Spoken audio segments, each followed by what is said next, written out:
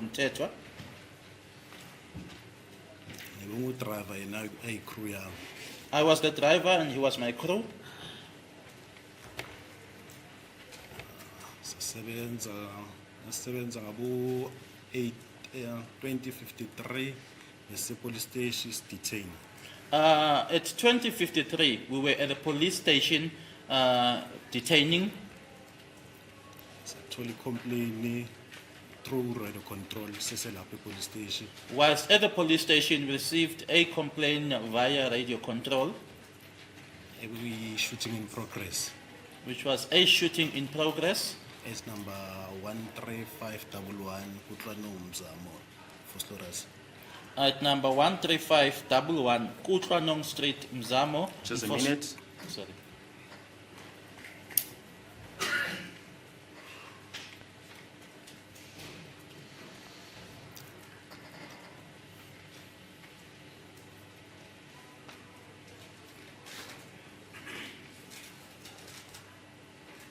Yes.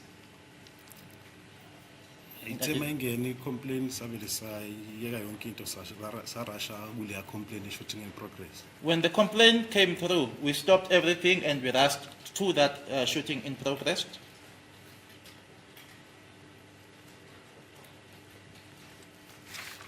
If you say we, who are you referring to? Uma uthi sa yeka yonke into ukhuluma ngabani? Constable Sergeant Mthethwa na two yama student constable. Sergeant Mthethwa and 2 constable students.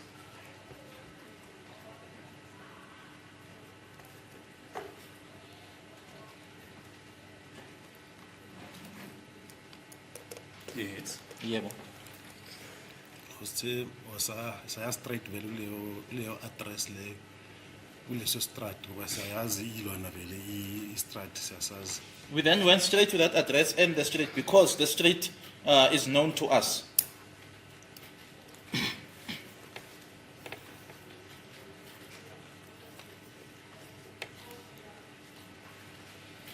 And how were you traveling on the day? Nanhamba kanjani? Isamba ngemark vehicle. Ne marked vehicle Yes. What type of vehicle? enjani? Is it an ordinary sedan? Is it a police van? What- Police van. Even yamaphoyisa. Yes. And how were you clad? Nanigqoke kanjani? Police uniform. Police uniform. Yes. You may proceed. Yebo. Sithema sifika kuleso strat vele sabona abantu bami ngaphandle nje. When we got to that street, we saw people standing outside.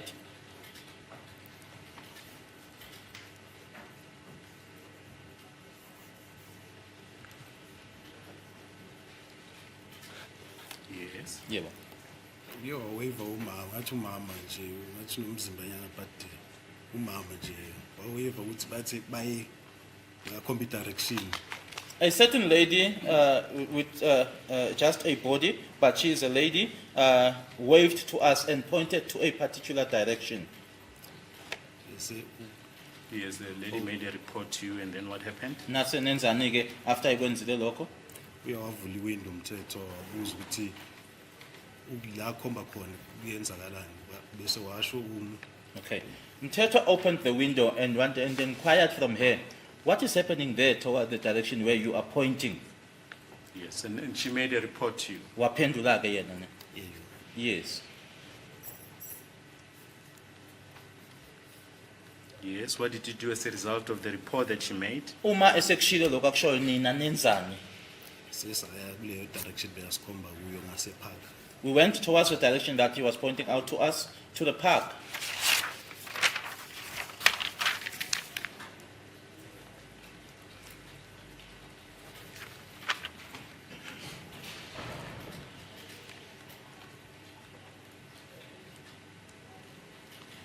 Yes. Sacheka azange sibone umuntu lapho sabuyela back to le address. We then checked there, we saw no one, and we went back to the address. If you say you checked, can you just explain what did you do? Uma uthi na checka ke yini enayenza? bese sibheka ngokuthe bathe ama-suspects agijime epark so bese sichecka lawo ama-suspect ukuthi maybe singakuthola abantu bese siyawasesha or kanjani but asizange sithole muntu. They had indicated, or it was indicated that the suspect ran toward the park. So we looked at the park if we could see anyone, and then we would have searched those people, but we found no one. Yes, you found no one at the park, then what happened? Uma ningatholanga bantu noma muntu epark nasenenzani. Sabuyela kule address number 13511. We went back to the address at 13511.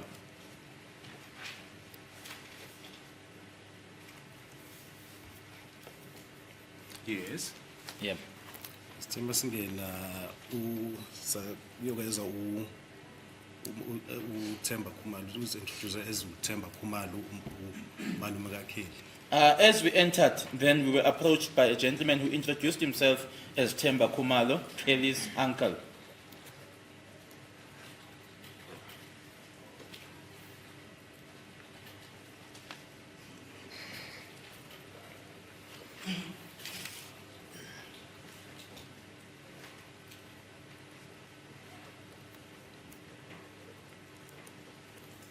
Yes, we may proceed. Yeah, ma. Sambuza ukuthi kuyenzakaleni wathi sambuza ukuthi kuyenzakaleni washo ukuthi athi bathi udubuleke usenzo. We inquired from him as to what happened. He then informed us that Senzo had been shot.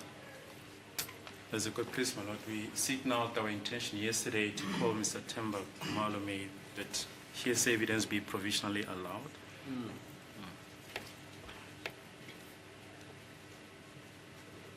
Yes, we may proceed. Ngaqhubeka.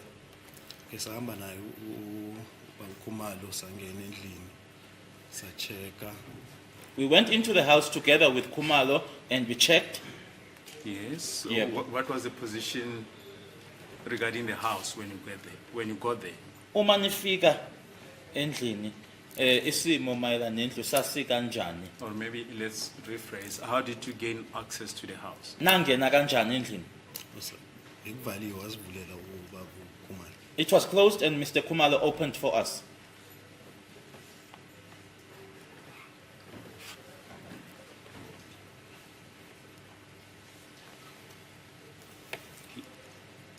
Yes. And which part of the house did you gain ingress into the house? Nangena kuphi endlini? Umnyango wasekitchen. The kitchen door.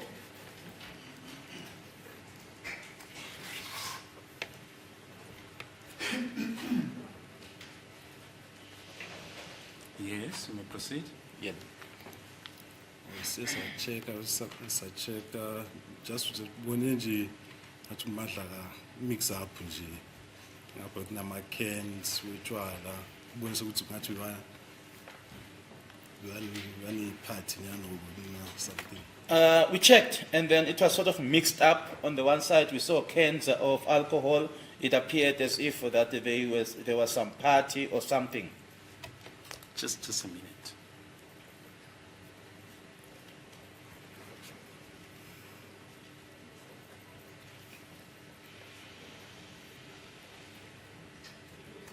And where did you see these cans of alcohol? Lama can lana utshwala nanwabona kuphi? Athi waphansi nje la edanyengo phansi. I think they were on the floor in the dining room.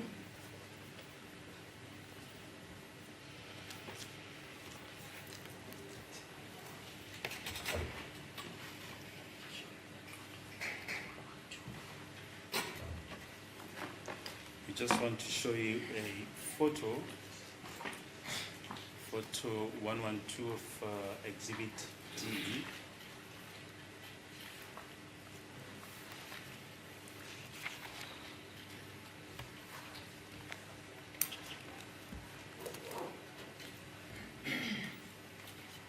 So 77 more combat.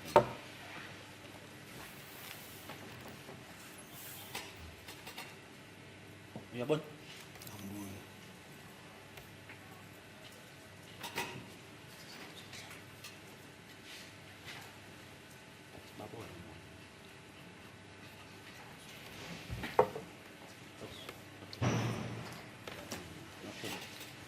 Can you use the photo to illustrate your evidence?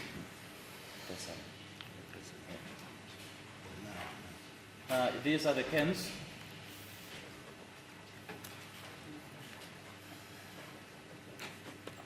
Yes. Yebo. Sambuza ukuthi kuyenzakaleni. Wathi akanayo information kahle abantu abane-information lawo wasesibhedlela We- bonke bahambile. Okay. We inquired from him as to what happened. He informed us that he didn't have information. The people with information are at the hospital. They all left. But into ayazi ukuthi usenzo bathi bamdubulile. But what he knew was that Senzo was shot.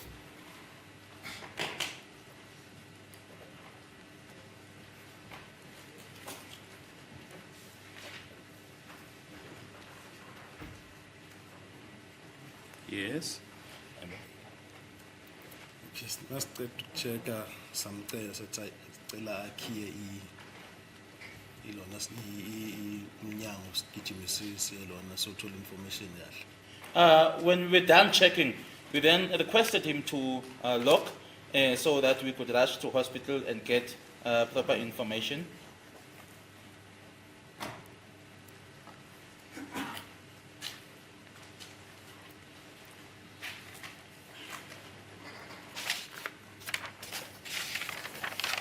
So when you were done checking, what did you check? Just explain step by step. Where did you check, and what were your observations? Ukhuluma ngokucheka ukuthi ngokulandelana ke usho ukuthi utanichekani futhi nabonani noma wabonani. Sesichecka ukuchecka checka ukuthi maybe singathola ama-cartridge or yini ngoba thi kune-shooting in progress, but masichecka lapha zange sithole those cartridges. Looking for maybe cartridges because we were informed that there was a shooting in progress, but when we checked, we didn't find any of those cartridges. Did you only see the cans? Ama can kuphela nawabona. Into esayibona ngikhumbula kahle ngathi kune-cartridge kunelona cartridge Ukhuluma ngani ngitsisi? Ukhuluma ngani? ama-cartridge nje into ehamba labahamba labalimele lapho. Oh, okay. All right. Nani futhi? Nathi nesigqoko, yeah, nesigqoko. I think it was a hurt, my lord, and also the witness is struggling with the word, but says what they are using, the sticks that they are using when they are hurt, referring to crutches, or when they are injured. So, Yes, tell the court about it. Where did you see that? nakubona kuphi lokho? Mangena ekitchen on the left hand side ngasezinkeni phansi kungala. When you enter the kitchen, on your left hand side, next to the sink, it was on the floor.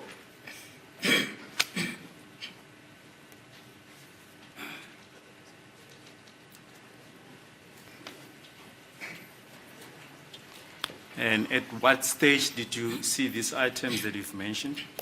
Lezi zinto oyibalileke nizibone nini ngasiphi isikhathi noma ngasiphi stage? Ngoba singene ukuqala uma singene. Just as we entered, the first time when we entered.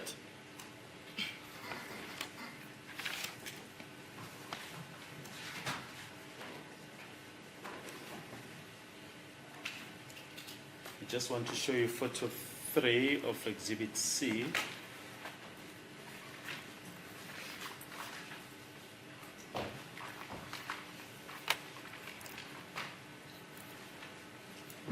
Maybe photo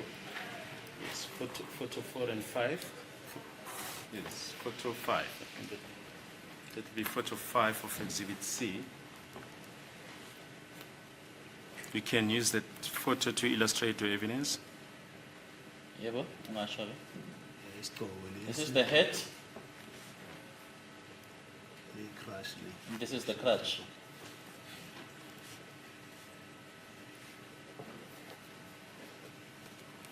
Yes, you may proceed. Ungaqhubeka. Mangikhumbula kahle ngathi ngambuza ukuthi wathi akana information, uvele wathi akana information ukuthi kuyenzakaleni kahle. So angeke asinike information. Umuntu abantu abane information laba sesibhedlela. I remember asking him, but all he said was that he didn't have any information. The only people with information are the ones at the hospital. Yes. Yebo.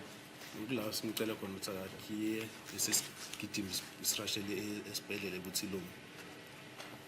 That's where we requested him to lock, and then we rushed to the hospital.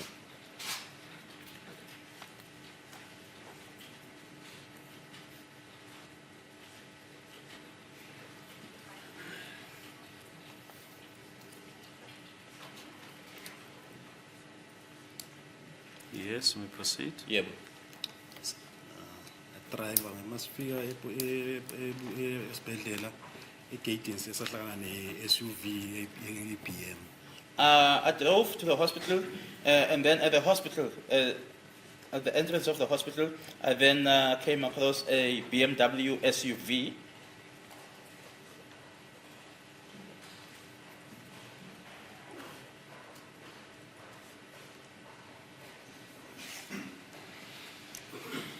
Yes. Yep. Yehamba le SUV bese nakusama baphuma mangikhumbula kahle uyaphuma uKheli uze-introduce as uKheli Khumalo. This BMW stopped. We also stopped. If I remember well or remember correctly, Kelly alighted, or she introduced herself as Kelly Khumalo. Yep. Yes. Yep. Wabuza ukuthi size nge-incident kaSenzo ngathi yebo. She inquired from us, "Are you here regarding Senzo's incident?" I said yes. Yes. There was a discussion with her, and then what happened further? Uma senikhulumile-ke naye-ke kwase kwenzekani emva kwalokho?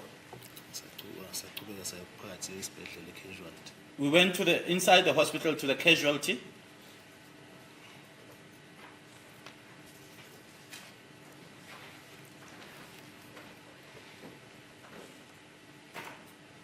Yes. Yep. Sithe masifika casualty sithole nje ifamily ingapha esayidini ka-left sacela umuntu ongasingathola information ngayo sathola usister wathi usister Nceketho. Okay. The family was seated on the left-hand side. We then asked for someone who would assist us with information, and then we were assisted by a sister Nceketho.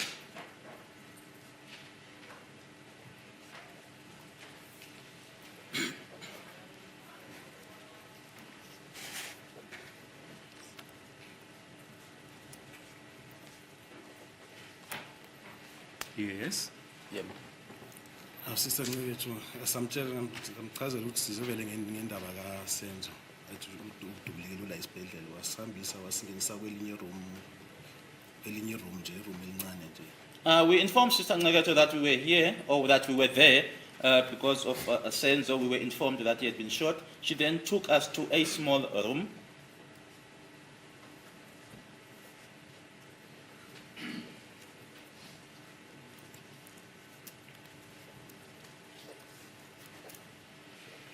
Yes. Yep. Sithe masingena vele kulela room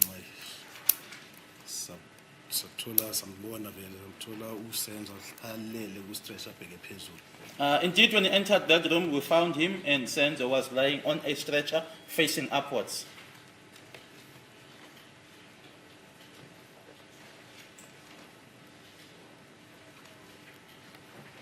Yes. Yep. Basho ukuthi hayi usho sekashonile vele uSenzo Basho bona. washo Okay. usister Nceketho. Sister Nceketho then informed us that indeed Senzo was no more.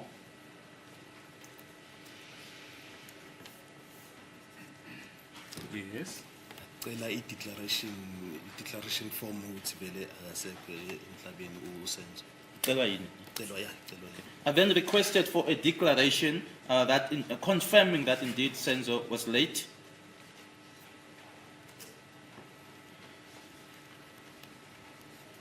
Yes. Yeah. Uthe mayaqeda umnikeza ngacela sasondela ngamtshela ngathi ulimele kuphi bamdubule washo ukuthi bamdubule la ngoba it's like bullet, I should say bullet hole line in the middle of his chest la. Okay, I wanted to know exactly where he was shot, and then she pointed out that indeed there was a bullet hole, the witness pointing to the front.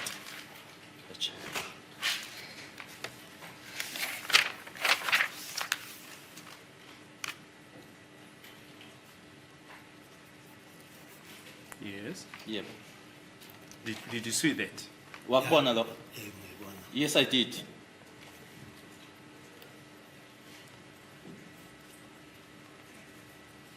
Yes. Yep. Ayikulawe yaklika khona yathi umthethwa isini le ngale. That uthi kwaklika kuwe? Waklika ukuthi manje le ayisini. That's where you then clicked that now a scene. there at the back. In other words, where we left. It's now a sin.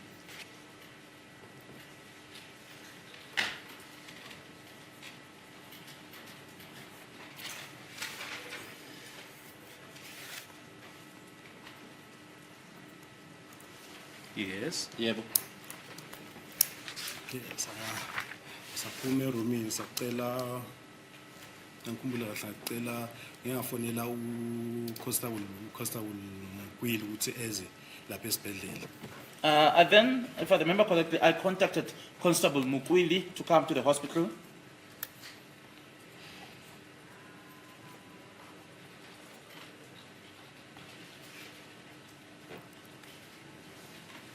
Yes. Yebo. So ukuthi sizokhona ukurusha back elona le number 13511. So that we could rush back to number 13511.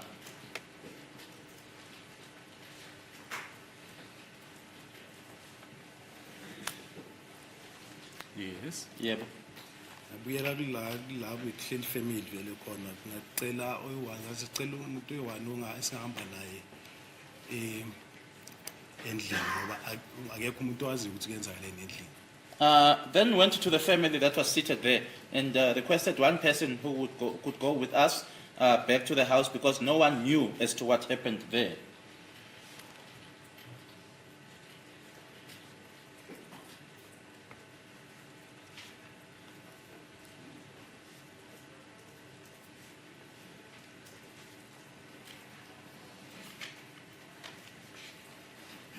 Yes. uMakhumalo wavolunteer wathi uzohamba nathi. Makumalo volunteered that she was going to go with us.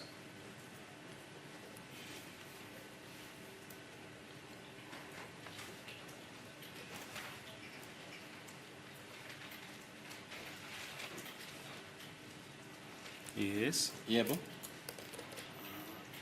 Abo ngoba bese sibafonela ko Ramala ukuthi beze bazosala la esibhedlela. Uthe mabafika sathatha uMakhumalo sa yana endlini. Because we had already called or contacted the likes of Ramala to come to hospital, so upon their arrival, we took Makumalo and left for the house.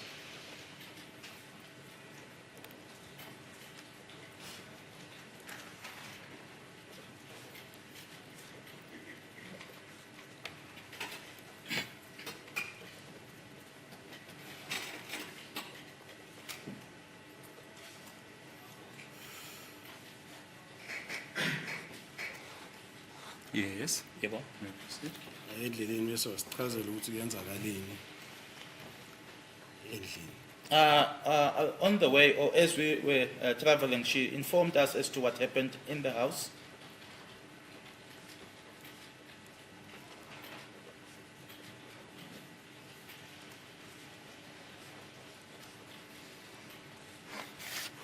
Yes.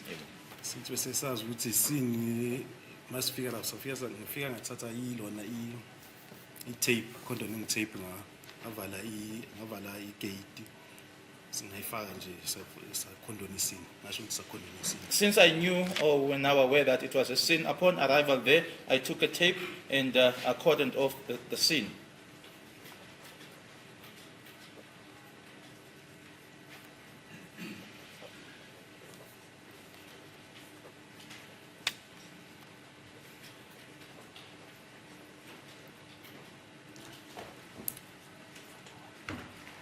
Just want to show you photo 1 of Exhibit C. If you can just use that photo to illustrate your evidence. I was even saying this is Tom Belesi. Here it is, the witness pointing to the tape that's on the photo. Yes. Okay, sangena umalume simthole vela asese lapho endlini sangena wasivulela umnyango. We found the uncle still there. We then went in and he opened the door for us.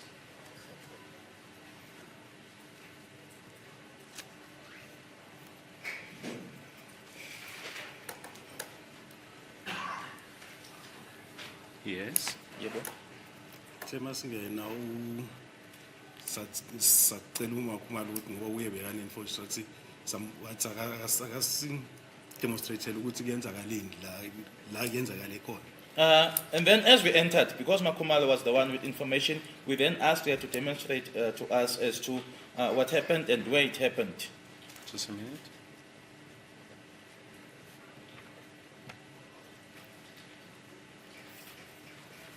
Yes, Yeah, did she then do that?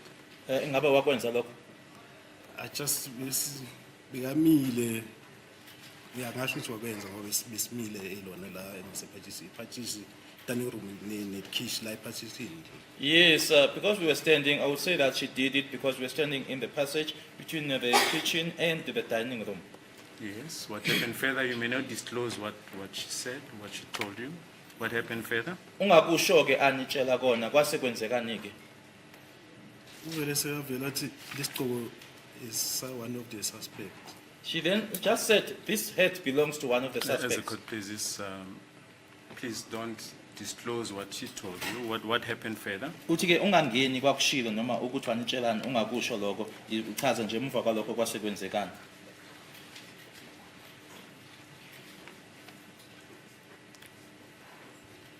What did you notice yourself? Yini wena owayibona ngawakho amehlo? Sesa check around which maybe singathola maybe ama cartridge. We checked around maybe or if maybe we would be able to find the cartridges. Yes. Yebo. Thema sa check la bekunesigqoko khona sathola I bullet projectile. Where the hat was, we found a bullet projectile.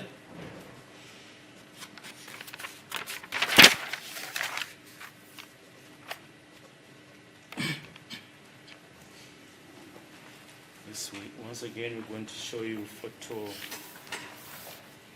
5 of Exhibit C. If you can just use the photo to illustrate your evidence.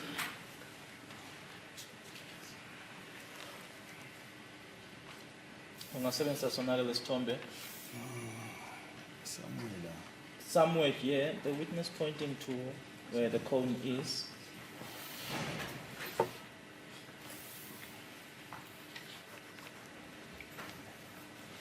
Yes, just for record purposes, is photo 5 of Exhibit C. Yes. Yebo. Sabeka something ukuthi mawuyithole I-exhibit ubeka something for ukuthi bone ukuthi la kunelona kune-exhibit. I think we placed something because where something is being found or when there's an exhibit, you just place something there to show that there was an exhibit here. Yes. Yebo. Yiso wachaza, uke wachaza. Yes. Uke wachaza ukuthi ilona I-crutch leli. Yes. As we indicated, please don't disclose what she told you. Did she then relate to as to what happened? Noma ungangeni nje imininingwane awakusho ukuphinde lokho awakusho. Wabe senichazela nje ukuthi kwenzakalani. Yes. Yes, and then what happened further? Kwase kwenzekani ke? Thema sicheka sathola bekunelona ngathi umnyango wasekitchen udamagekile nje. And as we checked, we found that the kitchen door was damaged a little bit.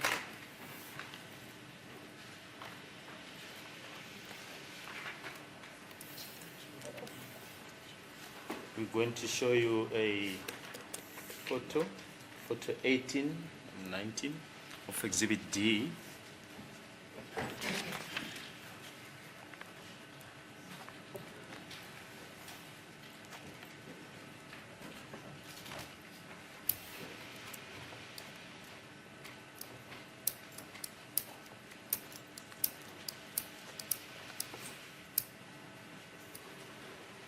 Yes, if you can use the photo to illustrate the evidence. Yeah. This is where it was damaged, the witness pointing to the door in the photo.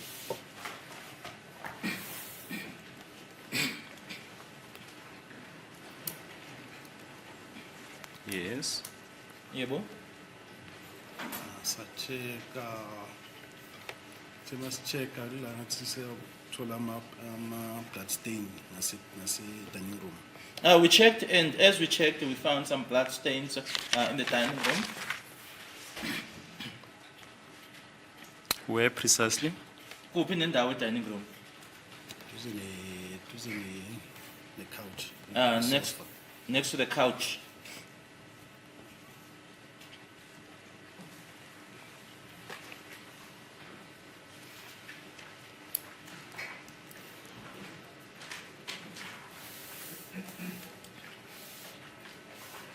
I'm going to show you a photo.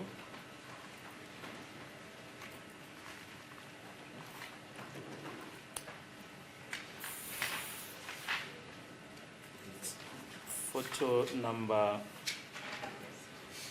60,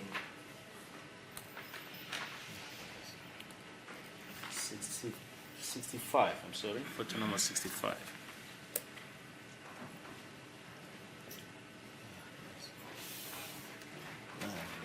Yeah, it is. If we The can- witness pointing to the floor next to the couch. Photos number 65.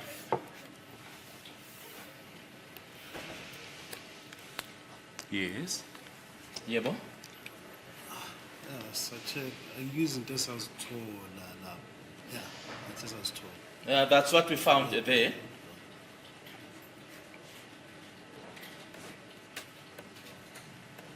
Yes. Yebo? Ngikhumbula kahle ngafonela uWarren Maphafu ukuthi akafonela ama-photographer. If I remember well, I called Warrant Officer Mapafu to call or to contact the photographer Detective. as well as the detectives. Yes. And to which place is he attached? Yena ukuyiphi indawo uMapafu? So that's a CSC. It's a CSC. It's a CSC. CSC. Yes. What is that? Yini leyo CSC? Client Service Center, it's a police station. It's at the police station. It's the Client Service Center. Yes. Yes, you may proceed. Yebo? After isikhathi kuke wangena uCaptain Zwane. After some time, Captain Zwane came in. So, could please, my lord, will this be an appropriate time to take the short agenda? Okay, thank you. 15 minutes, break.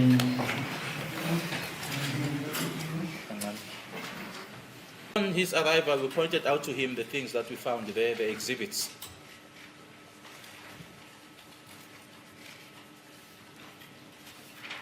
Yes. Yebo? Waqhubeka wathatha uMakhumalo nge-interviewer ukuthi athole isitori ukuthi kuyenzakaleni naye ngokwakhe. He then interviewed Makhumalo so as to get from her as to what happened.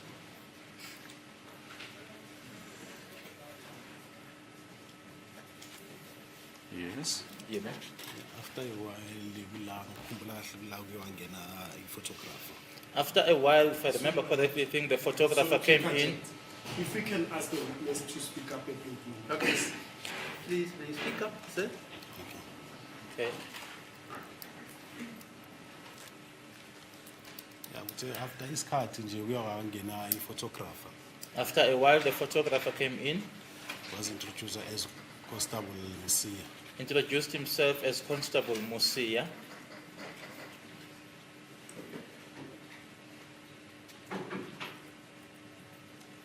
Yes. More or less, what time was it when Constable Musia arrived? Kwakungabani isikhathi uma kufika uConstable Musia? Sekulate around to 12, 11 to 12. It was already late, between 11:30 before 12. Yes. What happened further? Kwase kwenzekani? Ngikhumbula kahle ukuthi uCaptain Zwane uye wambonisa ama-exhibit. If I remember well, Captain Zwane pointed out the exhibits to him.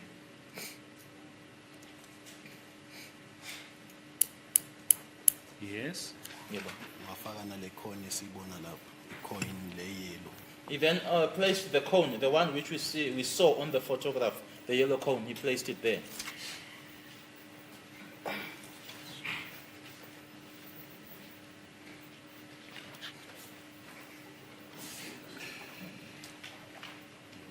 just going to show you photo 5 of Exhibit C. Yebo. Here it is, the witness pointing to the cone and the photo. Yes. Loving the projectile code. That's where the projectile was. It's photo number It's photo number 5. 5. Okay.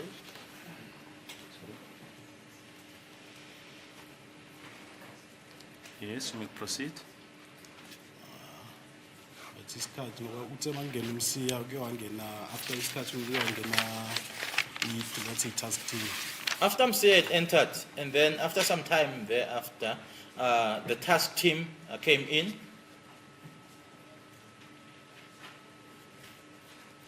Yes, and what is this task team? Yini the task team. That's a task team that's where we have province if I'm not mistaken. If I'm not mistaken, I think they were from the province. Yes. Yep. I have a cousin but we may be excused. They just said to us, you may be excused. Sending a kulega. As we take her over. They will be taking over.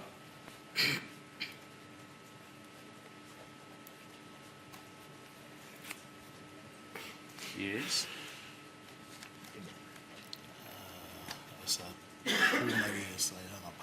We then went out.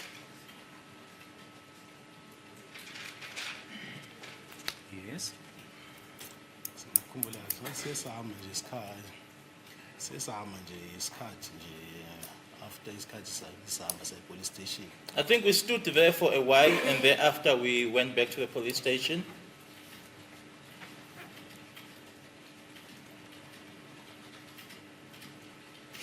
Yes. Police station space aqedela i-docket sanikeza i-data type ukuthi capture. Upon our arrival at the police station, we completed the docket and handed it over to the data capturer to capture it.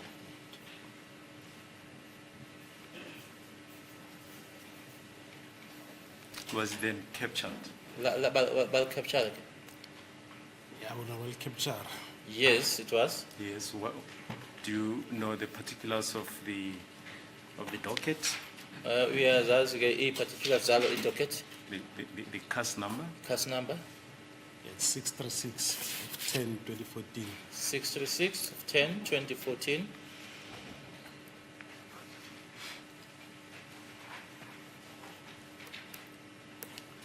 Yes. You testify that you completed the docket at the police station. Where did you commence with the compilation of the docket? Ushilo wathi ukuqedela naqedela police station kodwa uqala ngalo naqala kuphi ngalo? Esibini number 13511. At the scene at number 13511.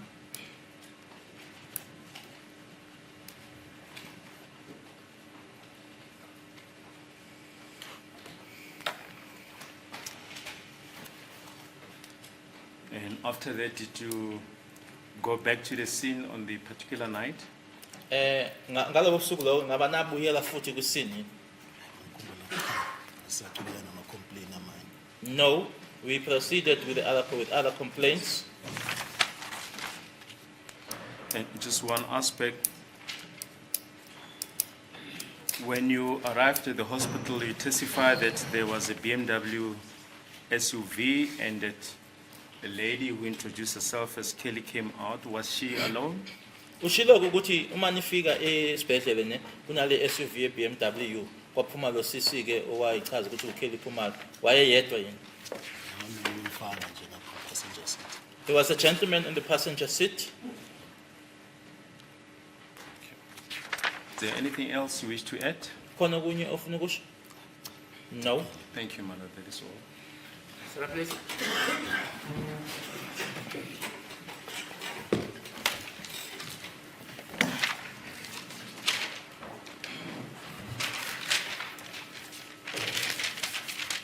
As the court pleases, my lord. Afternoon, Mr. Matebula. Now, your evidence is that you received a dispatch over radio about a shooting incident at 13511 Mzamo, Kutlano Street, Mzamo section on the 26th of October 2014, correct? Uyasho ke ukuthi nathola ke lo mbiko onitshela nge-shooting in progress e-13511. Yebo. Yes. And your version is that you attend upon that scene and you are met by Kelly Kumalo's uncle, Temba Kumalo, correct? Uma senifika lapho kusini nahlangana noThemba Khumalo. Yebo. Yes. Now, to just go back a bit, your testimony is that you meet a lady that waves you on and points to a particular direction, correct? Ishilo nokuthi kunalo mama ke owayeniwaiver enikhombisa ke direction ethize. Yebo. Yes. Was it just a lady or were there two ladies or more than one? Kwakulo mama yedwa noma babe babili, More than one. more than one. Okay. And by their gesturing with their hands and pointing out, they pointed to a direction down Kutlano Street in the direction of the park, correct? Ma nikhombisa ngakwi direction ye park. Yebo. Yes. Now, as you interact with those ladies, in order to know who are you going to look for at the park, did you get any information about the number of the people that had run in that direction? Ingaba uma bese nikhombisa ke besho ke ngaba basho ukuthi bangaki labantu ababalekele ngase park. Abasho ukuthi bayingaki bathe ama suspect bagijimela ngala. They didn't say or mention the number, they just said the suspect ran towards that direction. And you did not receive information about the facial, physical, and clothing description of the people that had run in that direction, correct? Ukuthi banjani emzimbeni, ubuso babo babegqokeni, abazange banitshele lokho. Abasana. No, they didn't. And you were the driver of the police car that night, correct? Futhi nemoto yamaphoyisa yeshayelwa uwe ngalela langa. Yebo. Yes. Now, you drive towards that direction of the park. How far is the park from that residence, the 13511 Kutlano Street, Mzamo section? Ukusuka kuleya address ukuya epark, kude kangakanani park? Akho kude kangako. Ngathi akho kude kangako. It's not that far. Not that far. By your estimation,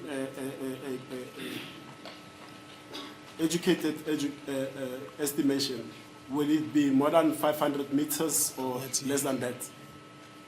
Ngathi 100, ngathi ngabeka 100. I'd say 100. And you drive to that vicinity of the park, at the park, what do you do when you arrive there? Uma senifika khona ke lapho epark nafika nenzani? Sithi kube shooting if I'm here ready sangena sahamba straight sa-check sangabuya zange sibone imoto. So seeing that it was a shooting incident that had been reported, the firearms were ready, so we drove and we just checked, and couldn't see anyone. Yebo. Let's clarify the word we checked. Did you physically enter the park with the motor vehicle, in the motor vehicle, or you parked the motor vehicle somewhere and entered the park on foot? Ingaba uma nicheka niphakathi emotweni, nicheka niphumile emotweni, nahamba ngeenyawo? Asiphumanga emotweni, just i-crescent indawo yakhona. We didn't alight from the vehicle. The place is a crescent. As educated as I am, I don't know what the crescent is. Explain that for me. Crescent. Crescent uthi i-straight ungangena kanje bese uphumele ngale. It's a street that you are able to enter through and then you go out on the other side.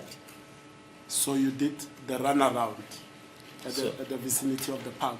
You drove around. Nangena ngaleso strato nase niyophuma on the other side. Sesa-check yeah. Yes, we checked.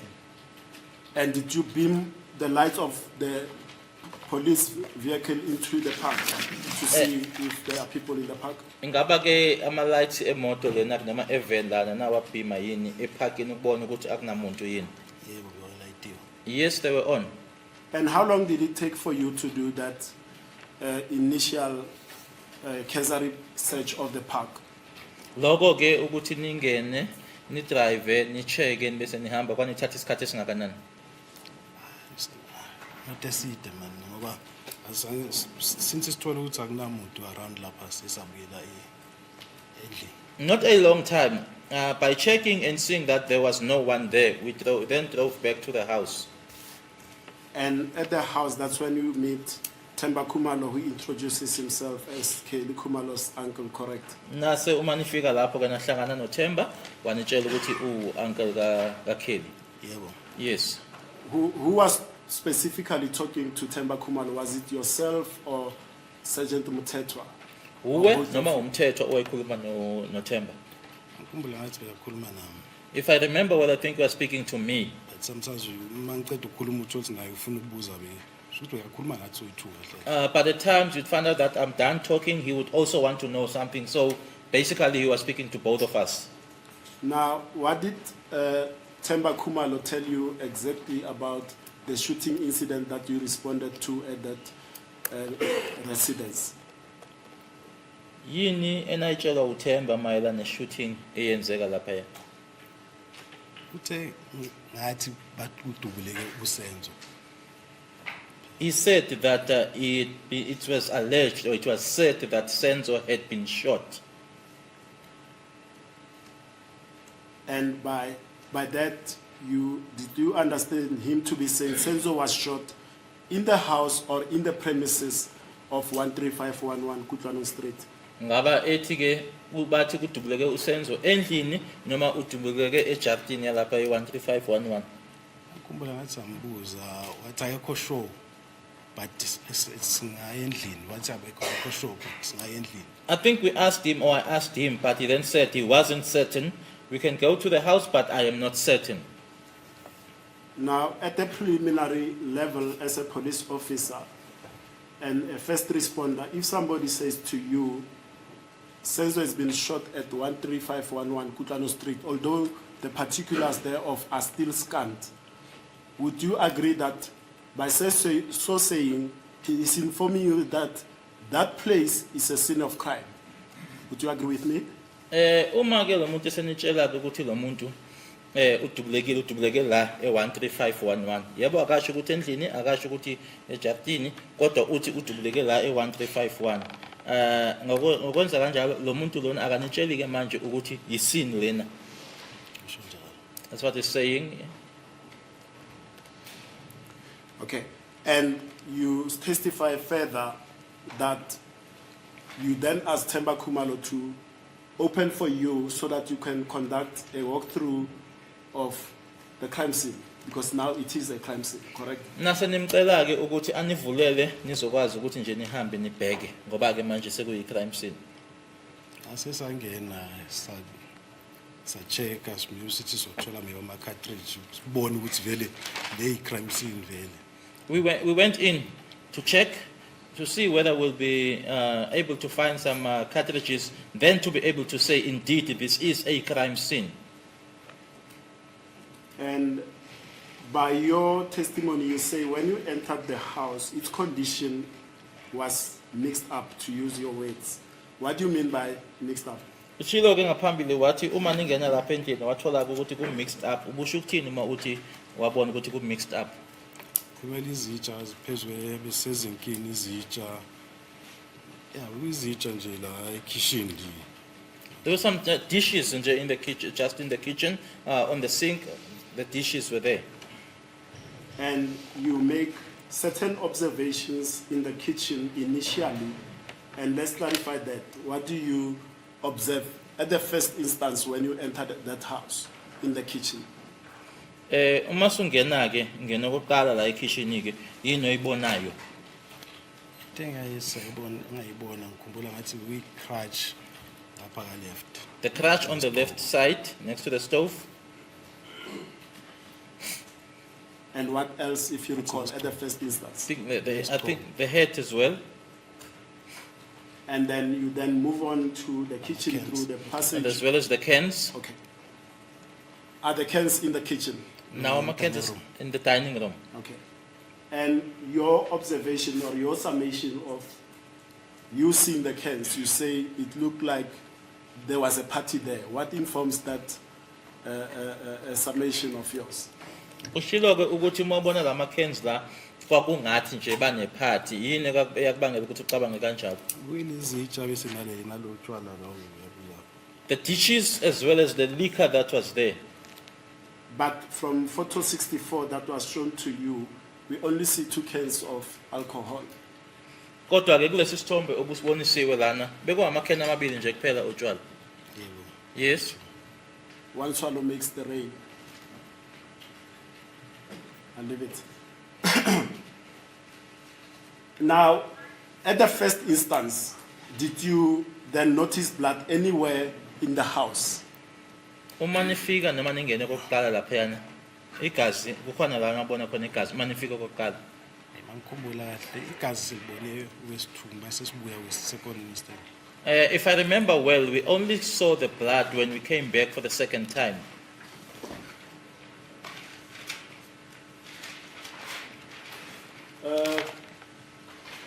On that aspect,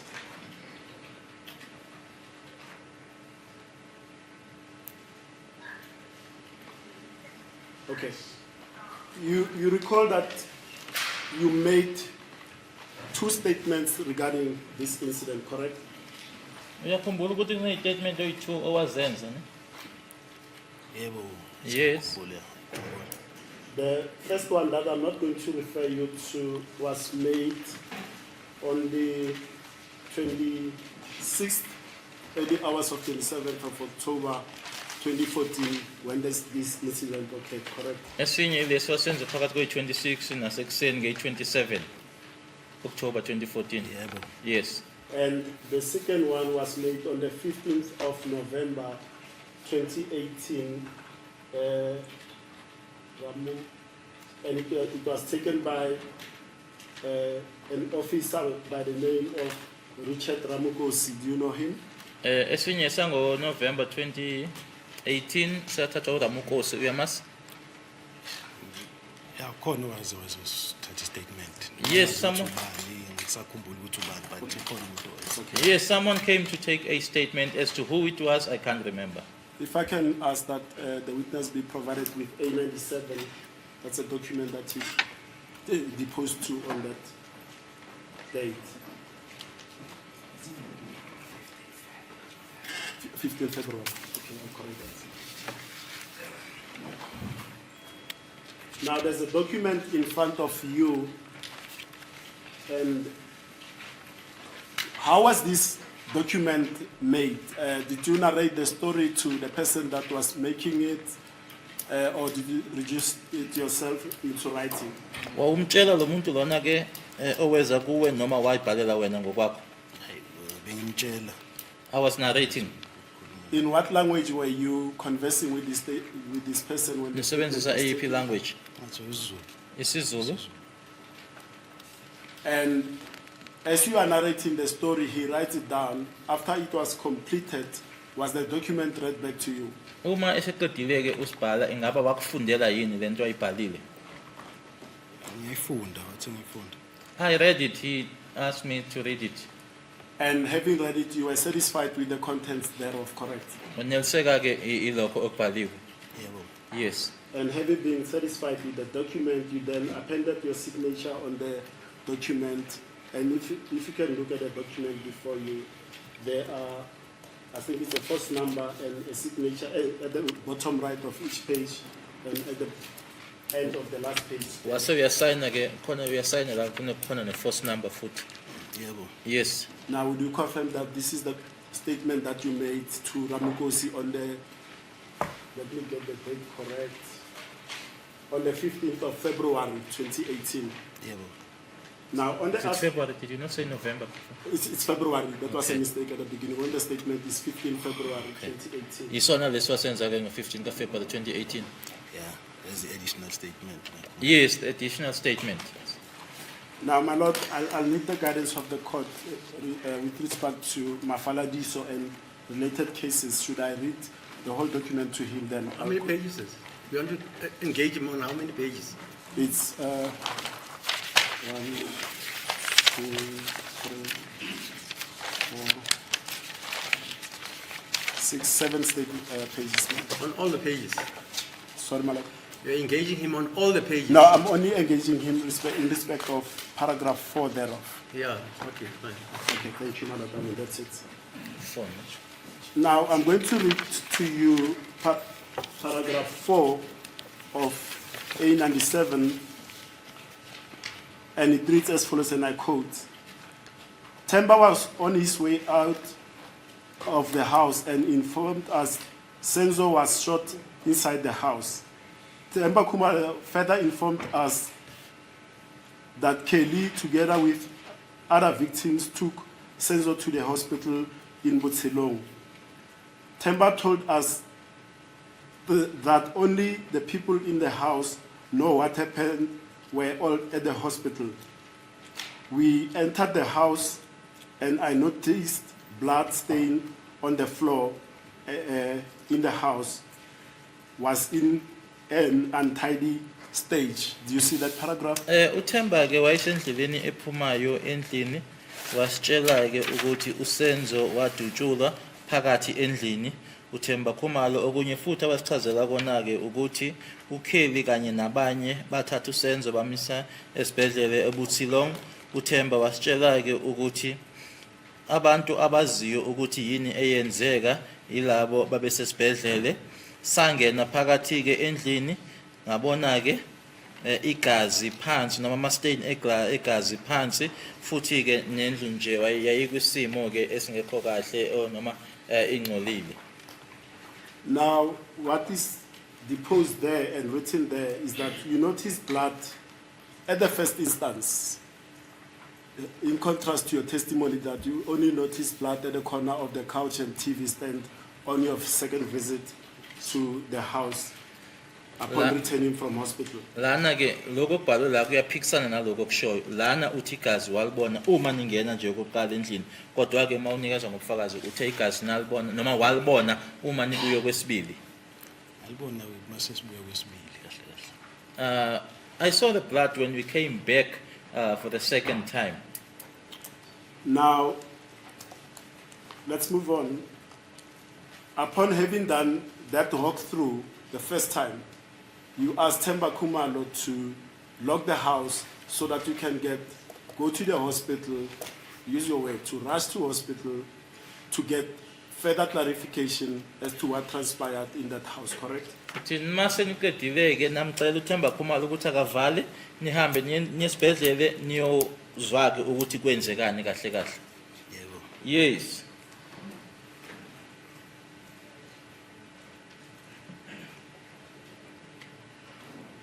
Now, when you go to that Butsilong hospital and you know now that Senzo was shot at that house, it's a crime scene, did you, for the first time before going to Butsilong, cordon off that crime scene?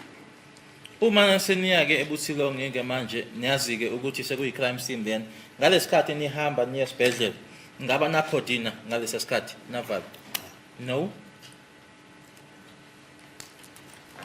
And as a first responding police officer to a shooting incident as it was described to you in the dispatch, you've got certain roles and responsibilities towards the scene, correct? Nanje ngamaphoyisa okuqala ke afika lapha yana ke noma ama first responders ukuthi kukhona lokho naziyo ukuthi kufanele ni nama responsibility noma nama roles ekufanele niwenze ku scene. Yebo. Yes. The first, and you'll agree with me whether I'm wrong or right, is to assess the scene when you arrive to see whether there are injured people, dead people, injured people that will need medical attention, and to have them first get medical attention, correct? Okokuqala ke ukuthi kubheke ukuthi abakhona yini abantu abalimele ukuthi uma bekhona abantu abalimele ukuthi bathole usizo. Yebo. Yes. And once the injured have been moved out of the scene and it is clear, then the second purpose is to secure the scene and preserve it so that evidence that is there is not contaminated and tampered with by removing unauthorized personnel from that crime scene, correct?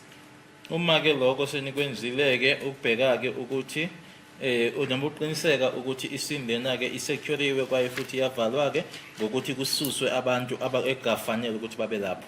Yebo. Yes. Let me just go back. When you first get at the scene, you meet Themba Khumalo. Were there any other people already at that scene, in the yard, in the house? Ngalesikhathi nifika okokuqala nihlangana noThemba Khumalo babe khona abanye abantu ababe lapho. Ilabantu labo balapha ku pavement nalo mama lo ospointele ilona ama suspect. It's the people that were on the pavement together with the lady that was giving us directions as to where the suspects ran towards. Now,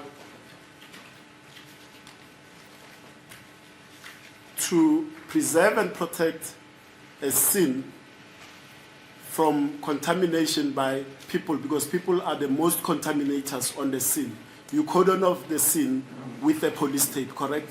Ukuqiniseka ke ukuthi ke akukho kwenziwayo ke abantu ukuphazanyiswa kwesini ngoba ke abantu ibona ke bakwazi ukuthi bangangcolisaka noma baphazamise isini uyavala ngetape. Yes.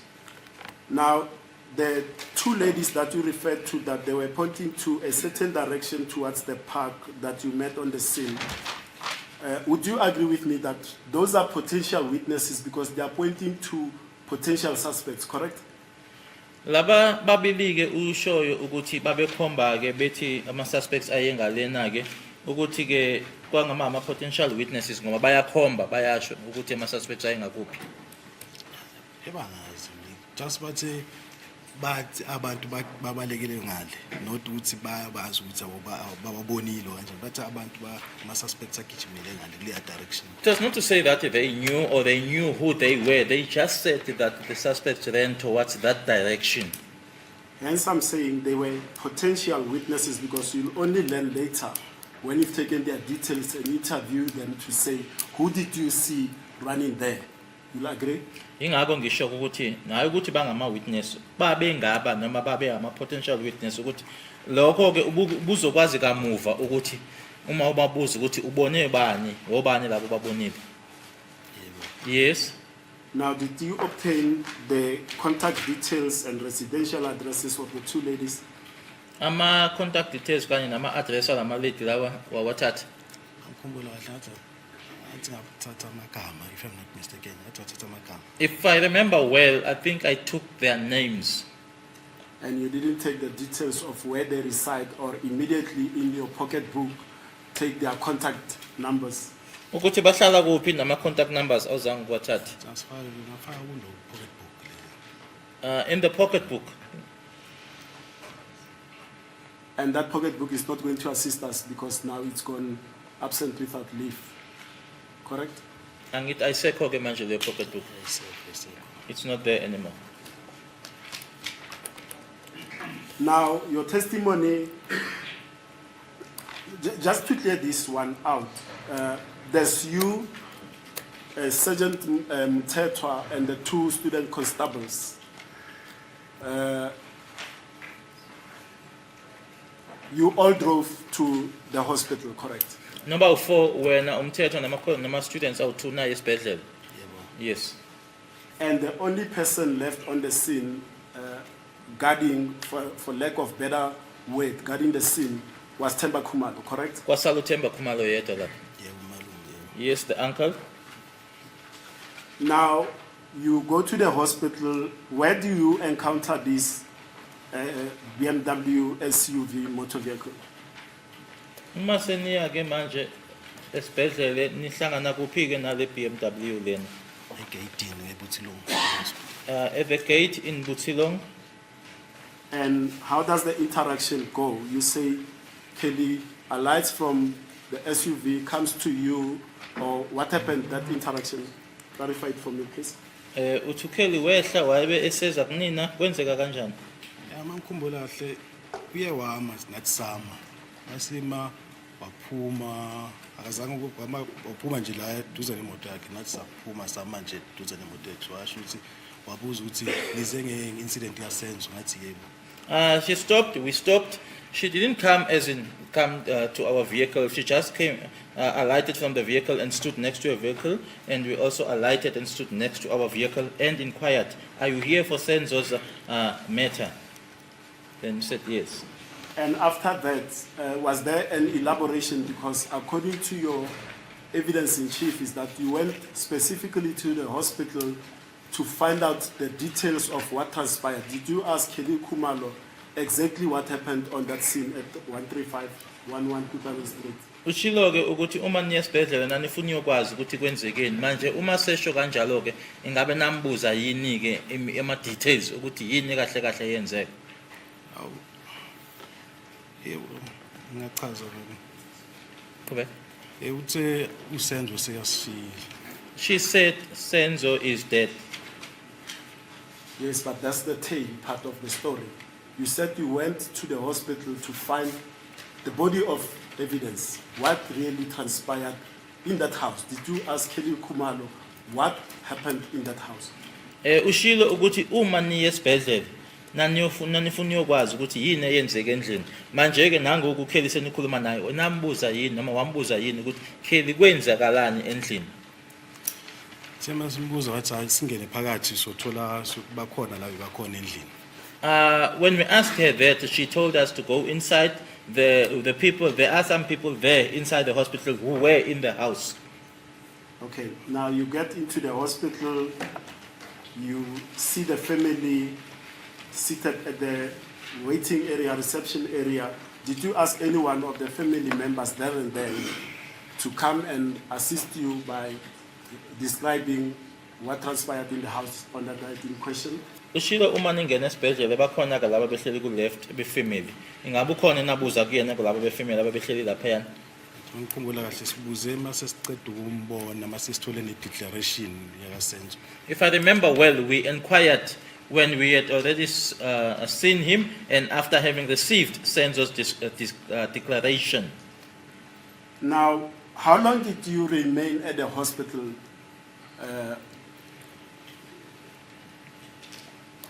How long did you remain there? Isikhathi singakanani enasichitha lapha esibhedlela? Azange isikhathi esincane ngoba kuzange kube isikhathi eside ngoba abolona basheshe bafika bomkwili. It was not a long time, a short time, because the Mukwili, the people that we contacted, were very quick to arrive. And your version is that you then asked one of the persons that were in the house to accompany you back to the crime scene, and Makumalo volunteered for that, correct? Uthi nase nicela ukuthi nikhashwe ukubuyela endlini uma Khumalo ba volunteer. Yebo. Yes. And you left with Makumalo back to the scene, correct? Nahamba naye. Yebo. Yes. Was Makumalo accompanied by any other lady when you went back to the scene? Uma Khumalo engene emotweni yenu nihamba naye ukubuyela endlini. Ukhona ubaba owayehamba naye noma ilady elagibela naye uMakhumalo. Ngikhumbula bekayi-1 umama ngoba sashiya ama students awashiya esibhedlela. If I remember well, it was only Makhumalo, and we also left the students at the hospital. The reason I'm asking you, a lady came and gave evidence in this court. Her name is Ntabise Mokete. She says she and Makhumalo accompanied the police officers back to the scene so that they can go and collect information that was needed for the purposes of records or whatever at the hospital. What's your comment on that? Imbangela ukuthi ngikubuzeke leyo mbuzo kunosisi ke noma umama obelana ke wakwamu Mthabise ngokwaMkiti othe wahamba noMakhumalo bagibele emotweni yamaphoyisa ukubuyela endlini. Ngikhumbula umama. I only remember Makhumalo. And just for completeness sake, at the hospital, you did not interview Mthokozisi Twala, Longwe Twala, Zandile Khumalo, and Tumelo Madlala, correct? Lama gama baliwe awuzange ukhulume nalabo bantu labo esibhedlela. Angizange ngikhulume nabo. No, I didn't. Now you go back to the house for the second time now with Makhumalo in company, and you conduct a search of the scene for the second time, correct? Mase nibuyela endlini ke manje senihamba naye Makhumalo, ngaphinda futhi ke nasesha senisesha kwesibini ke manje. Yebo. Yes. And your testimony is that at some stage you then observe that projectile that was shown to you on photo 5 of Exhibit C, correct? Ushilo ukuthi nisabheka kanjalo nasenibona leya projectile okhulume ngayo. Yebo. Yes. Now, our favorite person, Mtabiseng Mokete, has testified on that aspect in this court to say she was with Makumalo in the room at that time, the room opposite the kitchen. Then she went and fetched water in the kitchen. And as she was going to the kitchen, she saw that projectile on the floor and she asked the police officers, "Is this not what you are looking for?" So meaning that she's the one that found or saw that projectile. Lontabi, Did you also conduct search specifically for this area of the kitchen? le ndawo efeziwe lana nayo nabheka kuyona. Sabheka kitchen. Yes, we looked in the kitchen. Thank you. Just bring us another photo. And you couldn't find anything? Anatola lutho. No.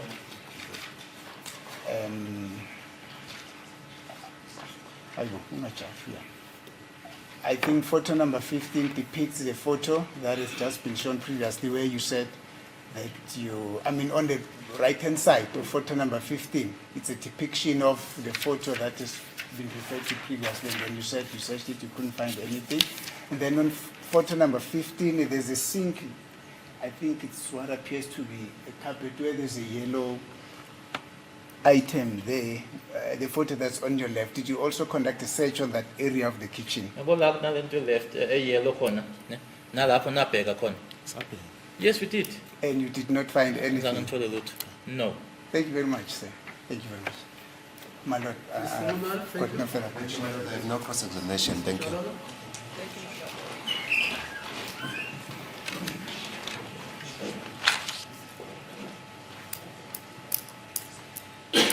Mr. Mteto, can you tell this court? Matebula. Oh, sorry, my lord, Mr. Matebula. What do you know, or what is the purpose and intention of securing the crime scene? Yini waziyo ukuthi yini injongo nenhloso yokusecure i-crime scene? Ama-exhibits information. Ukuthini? Thola ama-exhibits singathola Okay. ama-exhibits. It's to get information as well as the exhibits. Is to get information as well as exhibits. Information and exhibits. Yebo. Yes. Okay. That's what you understand. Iloko understandayo. Okay. By the term to secure the crime scene, do you understand anything? What does that mean? Le term lena yona ethi ukusecure i-crime scene. Ukukhona understandayo ngayo. Yebo. Yes. Yeah, what does that mean? Isho ukuthini? To a police officer. I'm speaking to you as a police officer. Umuntu oyiphoyisa ngikhuluma nawe njengephoyisa. Ukuvala isini. Ukhombisa ukuthi ukuvala isini ukuvala isini nge-tape bese uyagada isini. It is to cordon off the scene with the tape and then you guard the scene. Okay. You testified that you entered the house and you searched. You couldn't find any exhibits. Is that what you said? Ushilo ukuthi nangena anatholanga exhibits. Yebo. Yes. Did you guard the crime scene after that? Emva kwalokho nayigada yini i-crime scene? No, And the reason because we didn't find anything. Isn't it that we didn't get anything? Okay. To you, what do you understand by the crime scene? Is it a crime scene because we have seen certain exhibits, or it's a crime scene because the offense had been committed in that crime, in that area? Makhulunywa nge-crime scene, kukhulunywa nge-crime scene ngoba kunento isehlakalo esenzakele khona lapho noma i-crime scene ngoba kunezinto oyibonayo noma eyitholakele khona lapho. The incident, Irrespective of whether you see or we are able to point out any exhibits, it's a crime scene. noma ke ukuthi ke uyakhomba noma khona izinto okwazi uyikhomba eyitholakalayo ukuthi i-crime scene. I think isitholile nazi ngiyazibona akekho umuntu ongangitshela ngazo ukuthi nazi lona it's a crime scene. But if I find exhibits and I can see here they are, and there's no one that can tell me anything, but yes, it is a crime scene. Like cartridge or bullet. Like cartridges and bullets. Okay. What do you understand? What are you referring to as exhibits? Uma ukhuluma ngama exhibits ukhuluma ngani? Because we have mentioned the head, we have mentioned the crash that you identified inside the house. You also mentioned the cans. Ukhulumile ngesigqoko, ukhulumile ngecrash, ukhulumile ngama-can. Do you identify them as exhibits or non-exhibits? Kuwena lokho bekungama exhibits noma cha? Where am I exhibit? Masesibuya noma masho ukuthi lezi ezande izinto. They became exhibits when we came back with the lady and she told us as to what those items were. Oh, okay. But firstly, when you came, when you saw those items, you didn't think it formed part of the exhibits? Kodwa uma nifika ukuqala nizibona bekungasiwona ama exhibits. Cabanga ukuthi maybe intombi zabo maybe ezaba endlini labo Kelly nabo bani. We were under the impression that those items belonged to them, the people that were in the house, Kelly and the others. Oh, okay. So according to your knowledge, what is it that forms part of the exhibits? It's only the empty cartridges? Kuwena ke lokho okuba ingxenye yama exhibits, ama cartridge are empty. We projectile lapha nesigqoko. There, it was the projectile as well as the head. There was a projectile that you saw? Kuna projectile enayibona? Yeah, we must wait to record. Yes, when we came back for the second time. Oh, okay.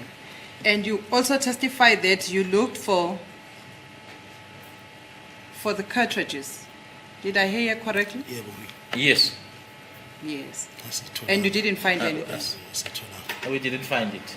Okay. And that projectile that you saw for the first time, where did it come from? Manje le projectile benibona okokuqala ke ibibuya kuphi? Sorry, when you came back from hospital? Uma senibuya esibhedlela.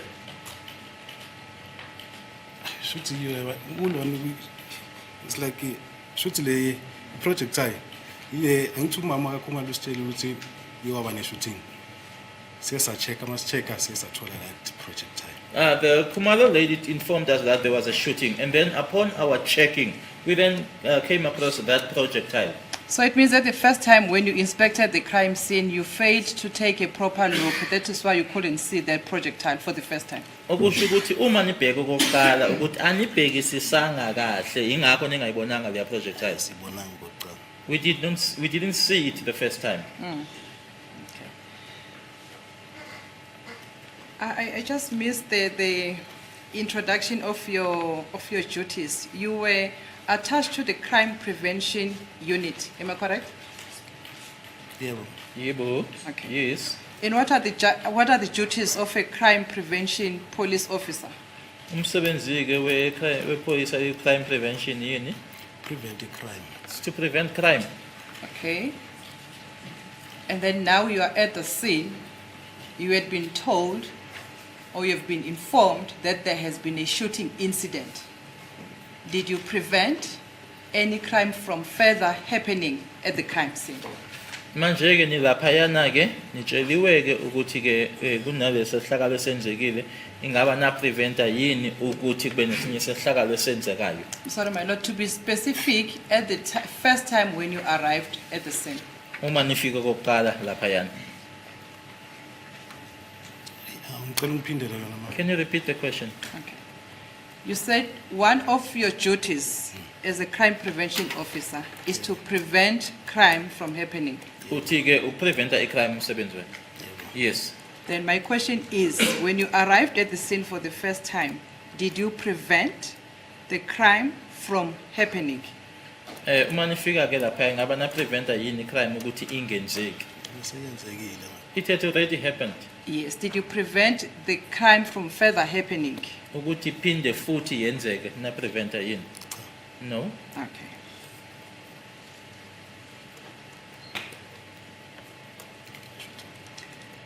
Now, when you arrive at the crime scene, the first officer to arrive at the crime scene, what do you do before the arrival of the other officers at the crime scene? Nanjengephoyisa lokuqala ke ukufika ku crime scene yini oyenzayo ngaphambi kokuthi kufika amanye ama officer? Yeah, check IC, check check bese uthola information, uthola information if we positive condone scene. You check for information, and then upon you check and then gather information, and then upon gathering that information, if it is positive, you then cordon off the scene. Yeah, did you do that when you Nakwenza. arrived at the crime scene? Nakwenza lokho? No. Okay. One more question. You further testified that it was upside down inside the house when you arrived, as if there had been a party. Do you remember that? Ushilo ukuthi kwaku mixed nje lapha ngongathi kwakune party. Yeah, ngibona ngezitsha ekitchen nje. Yes, by seeing the dishes in the kitchen. Yeah. So the dishes showed that there had been a party. Nalama can lawa 2-3.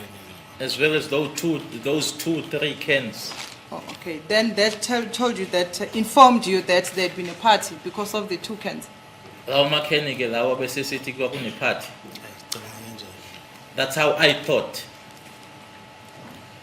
What was your years of experience at the time of the incident? It was 6. 6 years. A constable, trainee constable or a qualified constable? Oh, constable noma oh say trainee. Qualified. Qualified. Okay.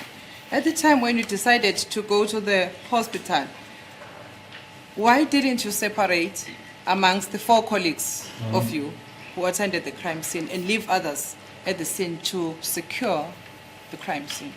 Uma nihamba nesibhedlela nanjengoba nani u4 njena wena nomthethwa nalama students awu2 kwathi ninike ningahlukanisani abanye basale la abanye bahamba baye esibhedlela. Now we were some student. They were still students. Okay, and then amongst yourselves? Nina nobabili Some constable. we were constables. Yes, amongst yourself, I mean, why didn't you separate between you and Constable Mthetho? Ngibuza ukuthi kwakuthini kwakungani ukuthi ningahlukanisani ke wena ke naye uconstable Mthethwa. That never came to us. Oh, okay.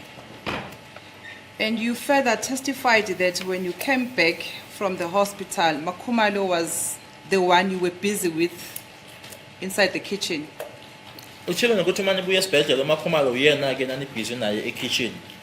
Yes. Where were the other family members? Zandile Khumalo and Kelly Khumalo at that time? Abanye laba ke befamily uZandile uKelly babekuphi? Sathatha umama esibhedlela sezabuya usuthi uyasela esibhedlela. The only person we took from the hospital was the mother, which means that they remained behind at the hospital. Okay. Other than the 4 of you who were inside the kitchen, were there any other people inside the house? Ngaphandle kwenu ke ababephakathi lapho bakhona abanye ababephakathi endlini.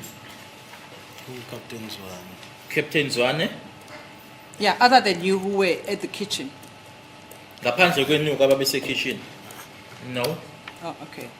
Ms. Ntabisengi Mukete also testified that she was inside the house and she even came into the kitchen where you were conducting the investigation. Did you see her? Ntabiseng uthi ke wayesendlini ke naye waze wazofika ke nase kitchen la enani busy khona. Wambona?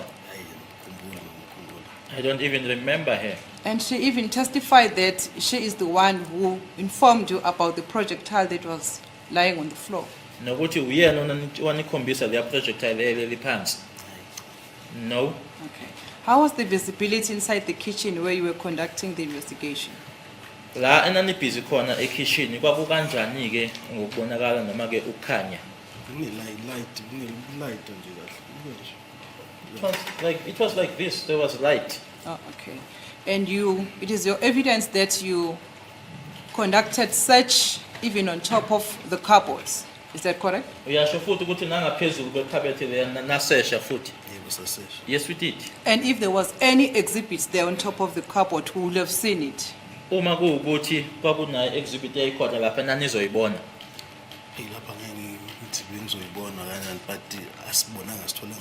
I wouldn't say that we would have, but we didn't see or find anything. And you further testify that Makhumalo Okay, sorry, my lord, can I just rephrase? Did you say Makumalo picked up the hat or she pointed out the hat? uMakhumalo isigqoko leso wasithatha noma wasikhomba nje wathi nasi isigqoko. wasithatha wathi besigqoka sathi hayi sibeke phansi besigqoka suspect. She picked it up and said it was worn by the suspect, and then you said, no, put it down. Okay. Did you record that that hat had been touched by Makumalo? Nakubhala phansi ukuthi uMakhumalo wasibamba leso sigqoko leso. No, we didn't. Did you inform Sorry? Mr. Mus? Sisimenshine kuphela sanisisho ukuthi wasibamba. We mentioned it only, but you never said that she touched it. You mentioned to who? Mention akubani? Ngisho statement. I'm referring to the statement. You mentioned that Makumalo touched the hat. No. Yeah. Just mention isigqoko kuphela. Only mentioned the head. Did you understand my question? Uzwile yini umbuzo wami? I said, did you record that in your statement that Makumalo had touched the hat? Lokho ukuthi wasibamba nakubhala yini ku statement? No. Why not? Because it amounted to the tampering with the exhibits. Why you didn't record such crucial information in the statement? Kwangani ke ningayibhali ngoba ke manje sekusho ukuthi manje khona okukwenzekile ke ku exhibit noma ke ku tempera ne exhibit. Kwangani ke ningayibhali nisho ukuthi usibambile? That we didn't think about that. Oh, you also didn't think. But were you in your sound and sober senses when you attended the crime scene? Ngalesikhathi niya ke ku crime scene noma uya ke ku crime scene wawuse kuma senses akho ngokuphelele? Yes. Oh, okay. Furthermore, you testify, or did you inform Mr. Mosia when he arrived that the hat had been touched by Ms. Makumalo? Uma efika umsiya wamtshela yini ukuthi uMakhumalo wasibamba lesigqoko? Angisakhumbuli. I can't remember well there. Oh, okay. So he was so it means Constable Mosia was also misinformed by the members who attended the crime scene first. Just Kwakusho ukuthi ke umsiya ke akazange atshelwe ke iqiniso ke ilaba abafika kuqala ku scene. just nje sesamtshela ukuthi uma ukhumala ukuthi lesigqoko sibanjwa suspect. We only informed him that Makhumalo conveyed to us that this hat was worn by the suspect. Yeah, that's not my question. Just be specific to my question. Aswona ke umbuzo wami cela nje uphendule umbuzo wami. Can you repeat it? So it means Mr. Mosia was misinformed because he was never told of it. You can't say he was misinformed. He was not informed. He was not informed. Thank you, Lord. Misinformed means they told Musia something else. As the court pleases. No, I didn't tell As him. the court pleases, my Lord. Sorry? No, I didn't. We didn't inform him. Okay. And you said after checking on top of the cupboards, then the other members of the task team arrived. Uthi ke Did I hear sabheka ke correctly? khona lapho kwase kufika ke abe task team. Yes. How many members? Babe bangaki? If you can still recall. Uma usakhumbula. It was more than two. More than 2. Babe ngaphezu ko 2. Oh, okay. And they all entered inside the kitchen. Bangena phakathi ekitchen bonke. Yes, they came in. And the 4 of you who were already inside the kitchen. Kanye nani futhi abawu4 ababesebe phakathi ekitchen. Yes. So it means in total, how many members now were you inside the kitchen? Naniseni bangaki ke manje abamember aye phakathi ekitchen. Ngisakhumbula ukuthi bayingaki. I can't remember as to how many they were. But there were many people inside the kitchen. Kodwa ekitchen kwakunabantu abaningi. Ukuthi kuningi ngizothi if bengine number just ngisakhumbula inumber ukuthi bayingaki. Not to say many, it's just that I can't remember their number so as to be exact. Yeah, but you can't deny that there were many people because you can't recall the number. Kodwa ke awungeke ukuphikiseke ukuthi babe baningi abantu abasekitchen ngoba awubakhumbuli bona ukuthi babe bangaki. Ngikhumbula kahle, it's not like we were baningi, it's like baningi. But if I remember well, it's not to say that they were many. Yes, I also want to be specific. Are you also including Constable Mosia? Naye umsiya uyamfaka kuleyo number leyo. Yeah. Yes. Okay. And at the time when you left all those people inside the kitchen. Uma seniphuma ke nina ke nabashiya labo bantu labo ekitchen. Kitchen phakathi kwekhishi nelona ne-dining room lapho. It's not specifically kitchen maybe indawo. Not specifically in the kitchen. The kitchen is small. Between the kitchen and the dining room, the witness points here. Say the kitchen is this size. Okay. So what's your answer then? Basithole la besime khona besime la in between the kitchen nelona ne-dining room. They found us where we were standing between the kitchen and the dining room. Not the kitchen specifically. Not specifically in the kitchen. Do I understand correctly that those were senior members of the SAPS? They are senior members, bona. Yebo. Yes. And when they arrived at the crime scene, they would have expected, they would get a report from you who have arrived first at the crime scene. Ukuthi ke uma befika bona babezothola umbiko kunina abafika kuqala ku crime scene. Bezothola ku Captain Zwane. From Captain Zwane. Okay. So you were not the one who gave them the report about the crime scene? No.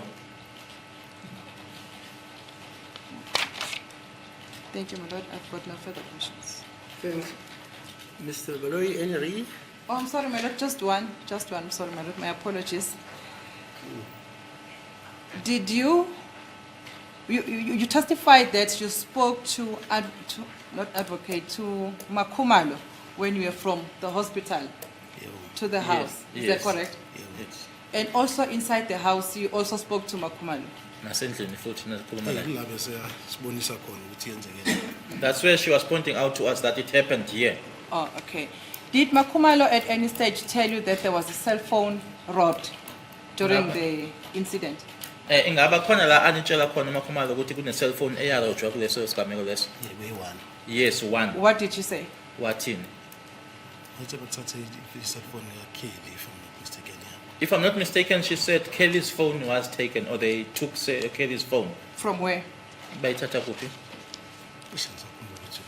I can't remember where. Oh, okay. Did you record that information in your statement? Akubhala phansi lokho statements up? No.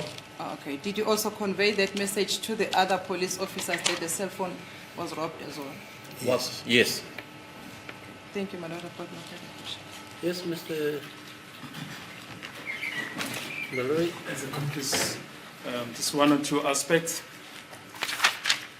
In cross-examination by all counsel, you mentioned that you conducted a search there in the kitchen where or in the vicinity of the cupboards. Can you just explain perhaps what type of search did you conduct? Uma ubuza ibona bonke ke abamele ushilo ukuthi nasesha ke lapho ekitchen la kune cupboard khona. Uma ungachaza nje ukuthi the search ukhuluma ngayo search kanjani? Afuna usearch nje ubheke around check nje ukuthi khona into ongayithola. You get there, you round the place, you check as to whether there's something that you'll be able to find.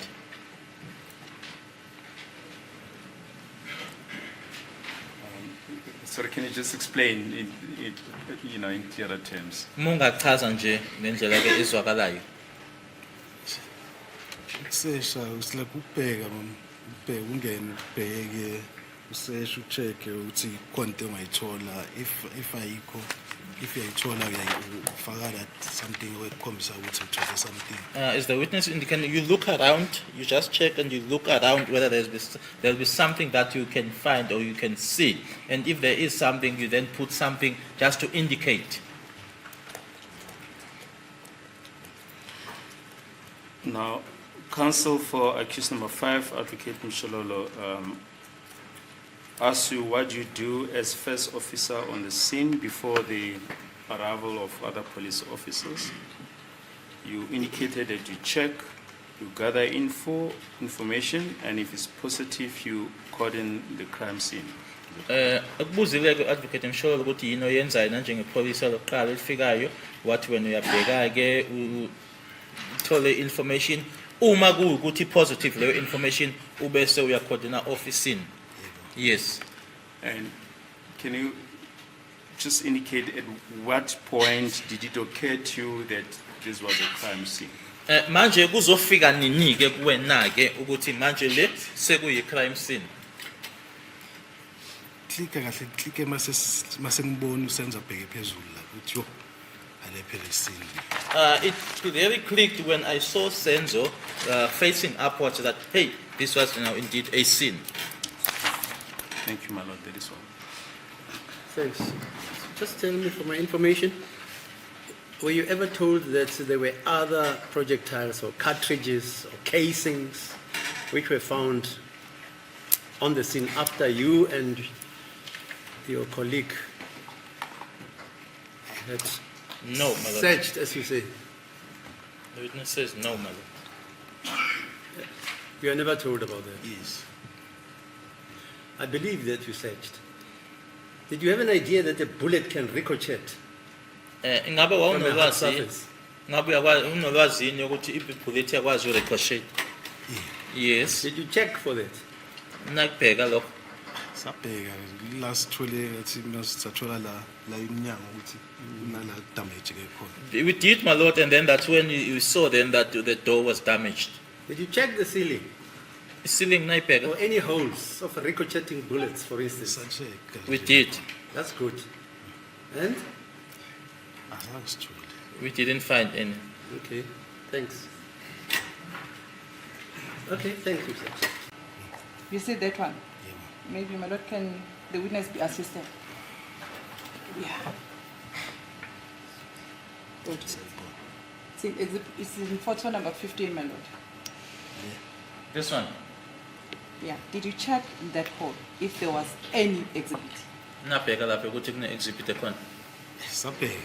We checked. Okay. Can you describe the hole? What type of the hole was it? Uma ungachaza ke leyabo ukuthi yenjani. If you still remember. Uma kuukuthi usakhumbula. Hlepulile nje ukuthi It's damaged. damage. Okay. Hlepulile. And then you sure that inside you couldn't see anything? Phakathi zange ngibone lutho. No. Thank you, my lord. Very good. I have no further questions. Thank you. Yes, thanks, sir.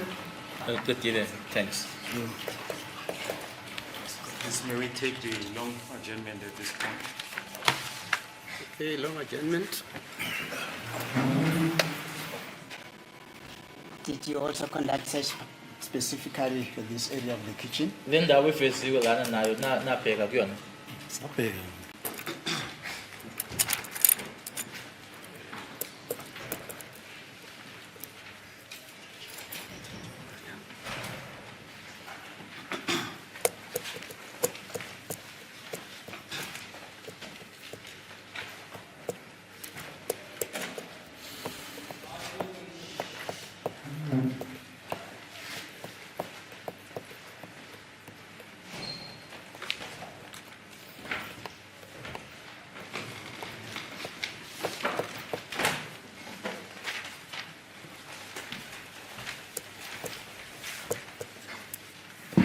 Thanks. You're still under oath, sir?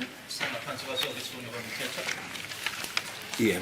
Yes, my lord. As a court, please, my lord, if I can have the opportunity to address the court. Yeah. This matter stood down yesterday at the request of counsel for accused number 5 for this witness, Sergeant Tetwa, to bring copies of his qualifications and training certificates. Yeah. On the assumption that the court has not yet made a ruling on this point, we wish to raise an objection to this proposed course of action by counsel.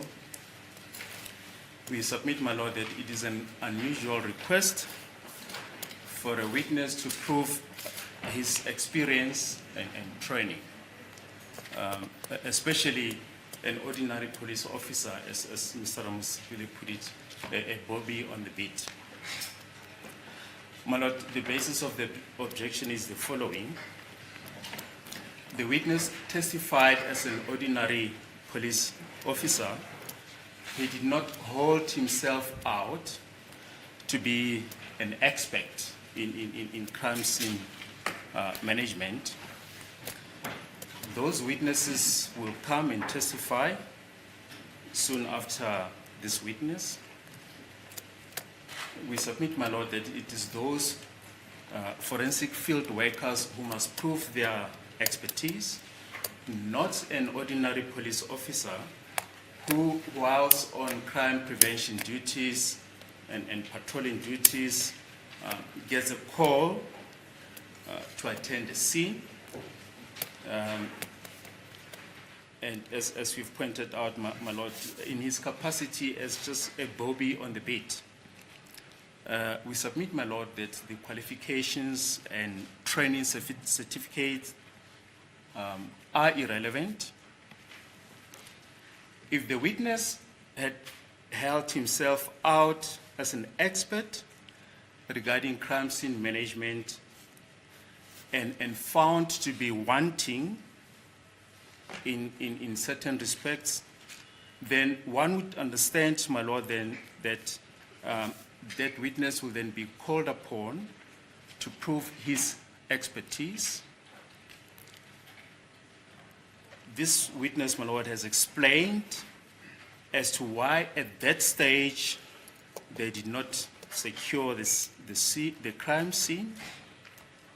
They made a value judgment at that particular point in time. We submit, my lord, that it has nothing to do with his qualifications and training certificates. The witness mentioned that they sometimes get fake call-outs for robberies, only to find, my lord, when they arrive on the scene, that those were prank calls. And he mentioned that there was nothing on the scene that could have indicated to them that there was something wrong that happened there. My lord, it's all easy now with the benefit of hindsight to criticize them, but at that particular time, they made this value judgment as we've indicated.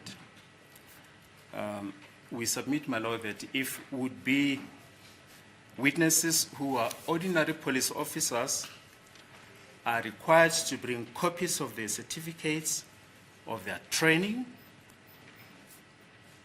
that they underwent and qualifications,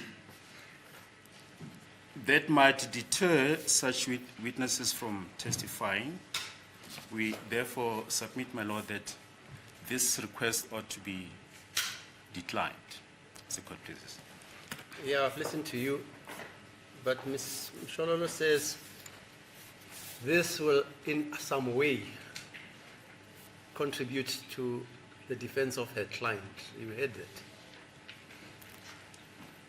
So this court can deny a submission that a particular witness, if he produces, as you say, these certificates, it will contribute to the proper defense of her client, which her client is entitled to in terms of the Constitution. So this court can be seen to be minimizing or debarring counsel for accused number 5 from pursuing that exigency, okay? But we submit, my lord, that then they must bring a formal application indicating as to why they need copies of such qualifications and copies of training certificates, and indicate in which way there'll be prejudice in their defense if those documents are not produced. Now we'll have to listen to that, okay? Yes. Thanks, Ms. Mshololo. The witness is still under oath. Have you brought the documents? Ingabe amaphepha la bexoli uwaphethe? No. Oh. It's your witness. Mr.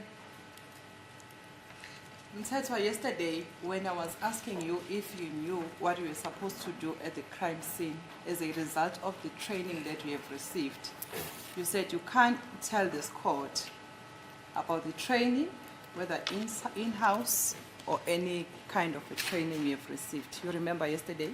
Izolo-ke nkathi ngikubuza-ke mayela nokuthi ukwazi yini okufanele ukwenze nkathi uya laphayana kwisini wasuthi-ke awukwazi-ke uyitshela le nkantolo mayela nama-training owawathola noma ama-course owawahamba-ke phakathi emaphoyiseni. Ngathi ngiyakwazi. No, uthe awukho kwisimo sokuthi ungayitshela inkantolo ukuthi awapha ama-course owahambile yiphi training oyitholile. Ngoba awekho wonke la ekhanda lami. Yes, because I couldn't think about all of them from my head, the top of my head. Yes. And then you requested that if you can bring them tomorrow or you can make a list, you'll correct me what you said yesterday. You said you can make a list or you can tell this court today about those training that you have received. Uzongilungisaka uma kuwukuthi ngenza iphutha okushilo-ke izolo ukuthi uzokwenza uhla noma uzoza nawe namuhla. Yebo kunjalo. That is indeed correct. Yes. Can you tell the court? Ungayitshela-ke? Bengithi ngizokwenza into ekahle ngiwacele lapha emsebenzini ukuthi bangiprintele khona. Kwawukuthi ngishawa isikhathi ukuthi HR bavala ngo4 ngaphuma late la. Sorry, I was under the impression, or I thought that I would do a proper thing by going to my workplace to request them at the HR to make a printout for me. Unfortunately, they closed at 4, so leaving here, the time was against me when I left the court. So as a result of that, you cannot be able to tell this court whether we have received any training or not. Ngenxa-ke yalokho awukho kwisimo-ke sokuthi ungayitshela le nkantolo ukuthi i-training wayithola noma cha. Kodwa ngithe mase ngiwabheka kamanye endlini nje sengicabanga mina ama-course engiwenzile ngingabala i-domestic violence, vulnerable children, first responder to the sexual offense, then nama-shooting practice. Okay, maybe let's start one by one if you are now mentioning them. Number one, you're saying it's a training on domestic violence. Yebo noma ngeke ngisabala iminyaka ukuthi kulonyaka oso ngangikanje. Yes. Yes, although I can't be specific and attach a year and said by this year I did this course. Okay. Kwaba domestic violence. Yes, that's number one. And vulnerable children. Okay. Then kube first responder to the sexual offense. Okay. That's all. Ngisawakhumbula ngathi lawo then ke kube ngama-shooting ke practice ke. Those are the ones that I'm able to remember. Then you have the shooting practices. Okay. At the college, other than trained to drill, were you also trained? Did you receive any training regarding the crime scene, duties of the crime scene? College-ke ngaphandle kokudrilela nje ama-training wona-ke ukuthi uma uya kwi-crime scene ukuthi kufanele wenze kanjani wona nawathola. College phela siwenza konke college. At the college we do everything. Okay. So in other words, we have received a necessary training regarding the duties that you were supposed to conduct at the crime scene. Okusho ukuthi-ke ama-training ukuthi kufanele wenzeni uma kwi-crime scene lokho wona kona wakuqeqeshelwa. Yebo college. Yes, at the college. And you were reckless in leaving the crime scene with Mr. Khumalo. I think that is an issue that council can raise in argument. Can I rephrase, my lord? Let's move on furthermore. After that, just one more question. Now, after you had left the crime scene with Mr. Themba Khumalo, do you know if there were any exhibits that were placed or removed inside the house? Manje-ke emuva kokuthi senimshiyile-ke ubaba uThemba Khumalo laphayana ingabe niyazi yini ukuthi khona ama-exhibits asuswa noma abekwa phakathi endlini? Ngayilutho ngoba phela ngoba sasingekho. No, because we were not there. Thank you, my lord. I've got no further questions. Okay. Yes, Mr. Baloyi, any read? No re-examination. Thank you. Okay, thank you, sir. Siyabonga-ke Nyembo sir. Siyabonga na.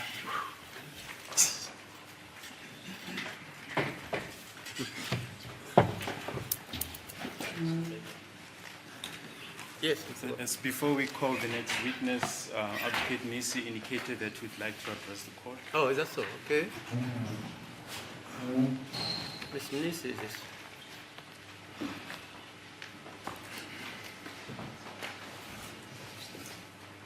As it please the court, my lord.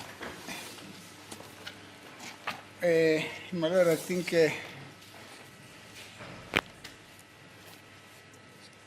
there are new developments. Hello? I'm saying there are new developments Oh, is that so? in respect of Mr. Mnube. Mr. Mngube? Yes, that's Is that your accused number client? 3. Yes. Yeah. Yes, my lord. This relates to count number.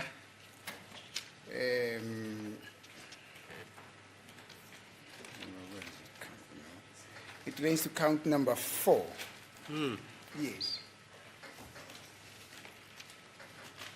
My lord, over and above the plea of guilty, I mean the plea of not guilty, not guilty. What's the charge? What's count 4? That it relates to unlawful Ammunition. possession of firearm. Okay. Yes, my lord. That's now over and above of the plea of not guilty. We are amending our plea to add a plea of autrefois convey. That is now in terms of section 106, my lord. I mean 106 subsection 2 of the Criminal Procedure Act. Yeah. Thank you, my lord. No, but you just made a submission. You haven't supported the submission. Atrafoy convey. Yes, my It lord. means he was charged and he was acquitted. No, he was convicted. He was convicted. Charged and convicted of the very same offense relating Relating to to the the same. relating to the very same firearm. or Same weapon. firearm. Yes, that it is alleged. And he was in count charged in which number court? 4. He was charged in Joburg. What? Regional court, district He court, was in the High Court, my lord. high court. Yes. When was that? That was in 2016, 2015. 2015, my lord. 20. No, but you must give me the full date, sir.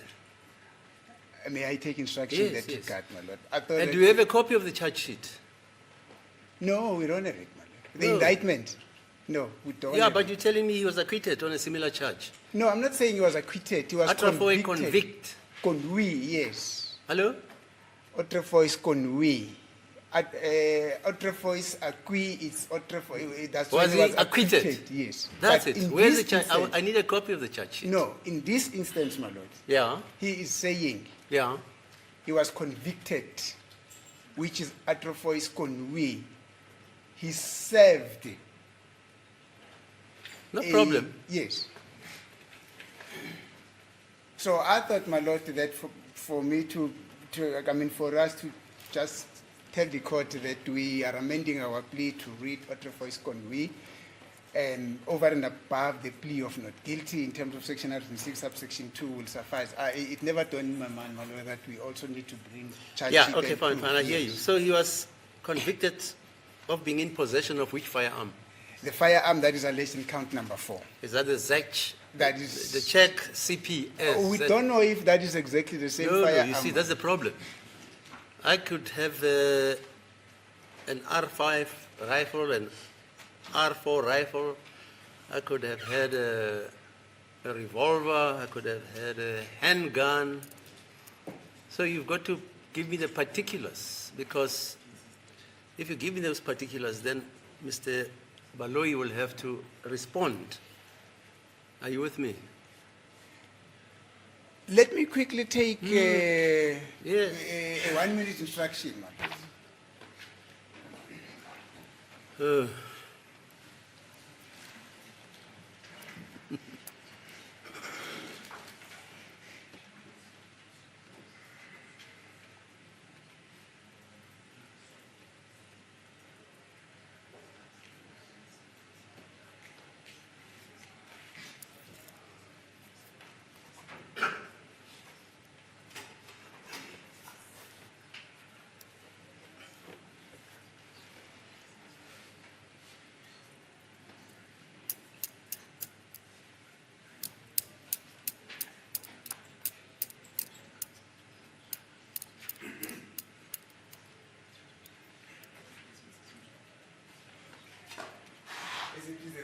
Thanks for indulging. Yes, yeah. He's telling me that the firearm that was in issue here, it's the firearm that Mr. Dlamini and Mr. Masondo came to testify about. And the case was completed on the 27th, it was finalized on the 27th of July, 2017. 27th of July, 2017. 2017. Yes, it relates to the evidence that was supplied to this court by Mr. Dlamini and Mr. Masondo. So he was charged with possession of that particular firearm Yes, my lord. only. My lord? Only. He wasn't charged with possession of ammunition. He wasn't charged with possession of a firearm whose serial number has been erased. You know about that charge. You can be charged in terms of the Act 60 of 2000, if I Yes. still recall, right? Yes, madam. You can be charged with being in possession of a firearm whose serial particulars have been erased. You can also be charged with being in possession of a firearm Yes, my lord. of a particular serial number. And you can be charged also with an ancillary charge of being in possession of that firearm, Yes. which was also, like the magazine we told about when they were making the firearm safe, contained ammunition without having a license to possess,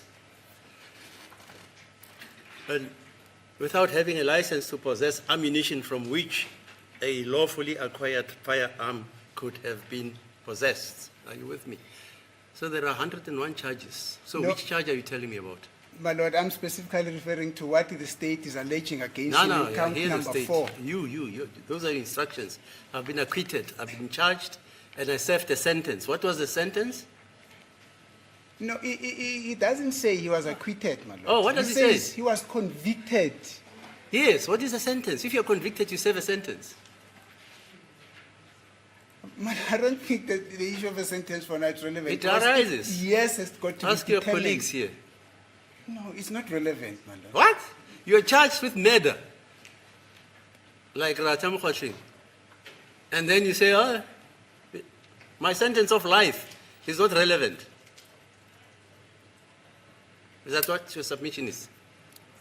So the court basically wants all the No, particulars in of relation course. to this. Yes. The court has a duty to investigate whether, in fact, what you are saying is correct. Then I'll go to the state and say, but this gentleman has served the sentence, or he's due to be sentenced, or there was a trial Yes. and he pleaded guilty. I thought, my lord, that will come at the end of the trial. No ways. When the guilt or the not guilt of the accused is supposed to No, be you told me determined. about acquittals and convictions. My lord, in terms of the act, What does the Act say? the act says an accused person is entitled over and above a plea of guilty Yes. to plead any other plea, a plea of not guilty, to plead any other plea except for a plea of guilty. In other words, an accused person cannot plead a plea, he cannot tender a plea of guilty with any other plea. But in respect of a plea of not guilty, he can raise other pleas as well, including jurisdiction, outre fois acquis, outre fois convie, lack of prosecutorial authority, and all those. And That I is must- exactly what I'm doing. And I mustn't know about whether that trial was finalized or not. Maybe that's just a technical argument. Ah, my it's lord. not I'll- technical, we it's will the give essence that of the information charge. to the court, my lord. It goes into the essence of the... Mr. Baloyi, this is cause 1 criminal law. Yes. What are you saying? Well, my lord, this is new information that is being raised. We'll investigate that. But indeed, I think in terms of Section 106, Yeah. accused can raise various pleas course, yeah. at a plea stage. and the verdict thereon will then be relevant at the time when a verdict on the merits. No. We're subjecting an accused person who is entitled to be presumed innocence. Yes. Is innocent. When he is being discharged on a particular offense, you are saying he Yes. must stand trial for that particular. Are you with me? Yes, I'm with you, my lord. Yeah. But So the court has got to know whether yes, he was charged and was there a trial and what was the result of the trial. yes. Because you can't be charged. Americans call it double jeopardy. Indeed, my lord. That's it. Yes, You can't be charged twice for the same offense. Yes. Me, if I'm satisfied what Mr. Mnisi is saying, that his client is being charged twice, I must intervene. Yes. But I can't intervene until the state has advised me that there's some merit in the submission Mr. Mnisi is Yes, but tendering. But that will not be the end of the matter, my lord. If, say, for instance, an admission is made that, look, on that particular day, the accused was in possession of, that firearm and is already been convicted of that, then for the purpose of the current trial, that will then obviate the need to lead evidence regarding that aspect. But we submit that the effect of a conviction will not be the end of the, Say, was he convicted? Was he charged with the very firearm which is described in the force? It's not Yes. the Cleveland. Is it the Cleveland or the Alexander charge? Yes, yes, there's something that we'll have to investigate, my No, lord. you can't investigate. Then, of course, I must know, because I can't allow evidence to be led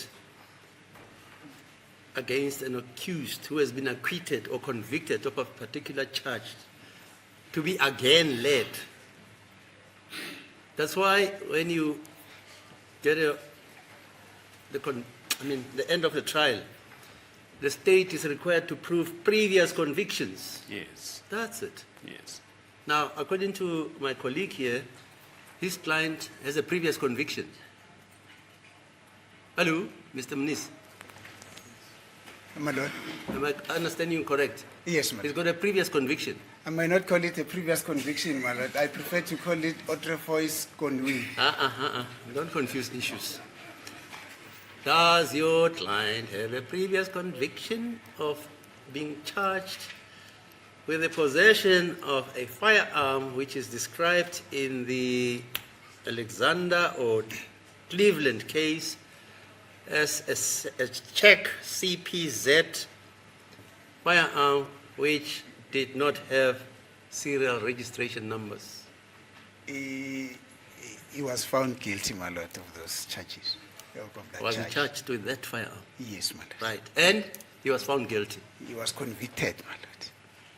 Found guilty, convicted. Yes. It's just semantics. He was found guilty. Yes, my lord.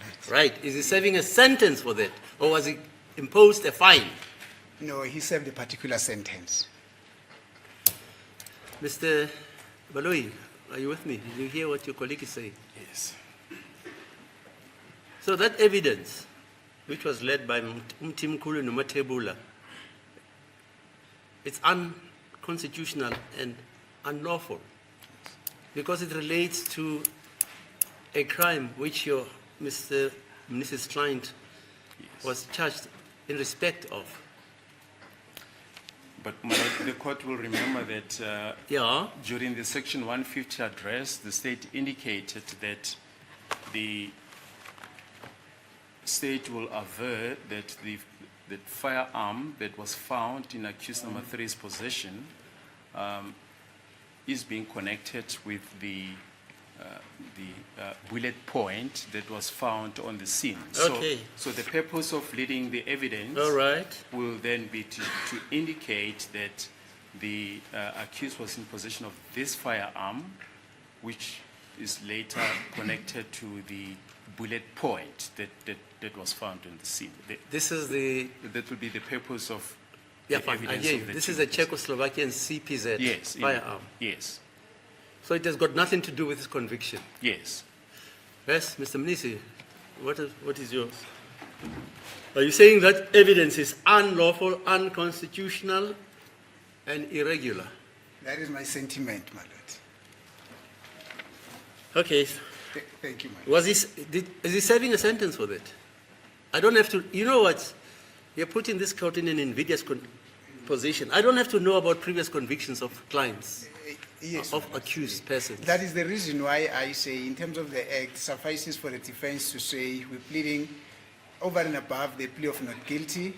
We also saying he also continues to plead autrefois conduit. That is, he has already been convicted of the offense that the state has preferred against him in relation to count number 4. No, but they're relating it to the present count, which relates to a force lurus docket. Am I correct, Mr.? Indeed, my It's not related to the Cleveland docket or the Alexander docket. Am I? Indeed, my lord. Okay, fine. Then I'll listen to the evidence. As it is a court. Okay, sir. Thank you. Right. Mr. Mncube uzokwazi ukuthi bekukhulunywa ngani ummeli wakho ebethazisa inkantolo noma ichazela inkantolo ukuthi ngaphezu kwalokho bese nekushilo ke ngaphambilini befisa nje ukuthi atshele namazisa inkantolo ukuthi lobufakazi lobu obekuthulwa uMasondo la kanye naye uDlamini mayelana nesibhamu lesiyana abathi satholakala kuwena ukuthi ke isibhamu leso ke chargwa ke ngaso wase futhi ke ulahlwa icala khona wase futhi kuba nesigwebo ke futhi osuyosihlalela noma osoyosidonsa manje ke umehluleli asithi ke akwanele nje ukuthi anikeze kufanele anikezwe imininingwane yonke iphelele mayelana necala lelo ngoba ke kuzofanele enze isinqumo ukuthi ke ingabe manje kuthule ubufakazi ngecala oseudonsile noma oseuhlelele vele ejele kodwa kumshushisi uma ngabe sephendula ke yena ke ukuthi lobo bufakazi bebungethulelwa idocket leli lase Cleveland noma elase Alexander ukuthi ke isibhamu lesi esatholakala kuwena isibhamu ke abasihlanganise ne point yenhlamvu noma I bullet point eyatholakala kwisini kuleli icala esibhekene nalo la enkantolo. Okay. Yes, Mr. Baloyi. As the court pleases, my lord, the state then calls the next witness. It's Sergeant Timothy Matebula.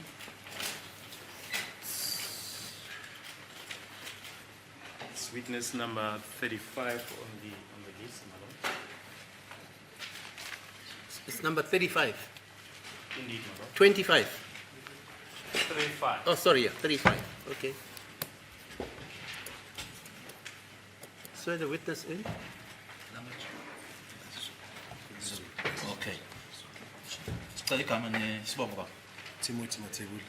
Uyimisela ukufunga Mr. Matebula ukuthi uzokhuluma iqiniso. Yebo. Yafunga ubufakazi ozobethula babeqiniso iqiniso kodwa liphelele phakamisa isandla Nkosi ngisize ngikhuluma iqiniso. Ngosiza ngikhuluma iqiniso. There was a witness is sworn in, my lord. Thank you. You are a police officer in the South African Police, is that correct? Uyiphoyisa ke ku South African Police kunjalo? Yebo. Yes, my lord. What is your rank? Isikhundla sakho? Sergeant. I'm a sergeant.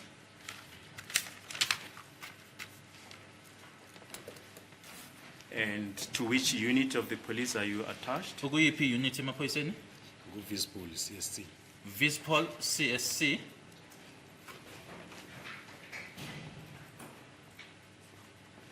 Yes, to which police station are you attached? Ukuyiphi police station?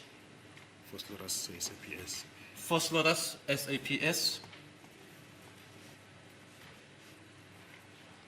How many years service do you have? Uneminyaka emingaki usebenza njengephoyisa? 16. 16.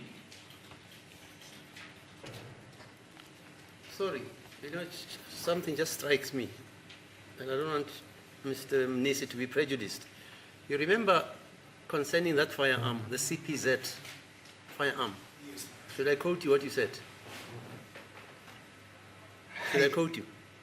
I don't know what the court is referring to when the court says it should quote me because I've said so many things. No, but this one is very critical. Yes. My client will say he has nothing whatsoever to do with that firearm. You remember? Yes. Yeah, let's leave it at that. Thank you, my lord. Right. Thank you. Okay. That was now in relation to this case. Yeah, Bo. Yes. That's it. Thank you, my lord. Yes. I don't want to say this case. Because when you say you don't know if Jesus Christ was born, it means Jesus Christ's birth. I was a lutongayo. We're talking about a one firearm. Are you with me? Yes, madam. Yes. But now, that firearm, I'm so going to far limit as it that. was used in this case, No. Think about that. in Foslera's case. We're talking about one firearm. Yes, madam. Right, fine. Thank That's you, all. madam. That's all. I Thank want to you. bring it to your attention. Thank you, madam. It's well appreciated. Yeah. Okay, fine. Sorry about that. Mr. Mncube-ke inkantolo ikhumbuza nje ummeli wakho ngakushilo-ke nkathi labo fakazi bebelana-ke ukuthi uma iphendula noma uphendula-ke wena-ke uthe kuyena awazi lutho noma akunalutho olukuhlanganisa nalesi sibhamu lesi uyamkhumbuza nje ukuthi yinto abeyishilo-ke leyo. Yes, Mr. Mloy? As a court, please, and that is the reason why, that is the point we're trying to make earlier on. That's why we're leading this evidence. Okay. As a court, please, you mentioned that you've got 16 years service and attached to Foslera's police station. On the 26th of October, 2014, were you on duty? Ingabe ngeyi-26 zika-October 2014 wasemsebenzini? Yes. What type of duties were you performing on the day in question? Ngalelo langa lelo iwuphi umsebenzi wawenza? Attend ama complaints and patrol. Attending to complaints and patrolling.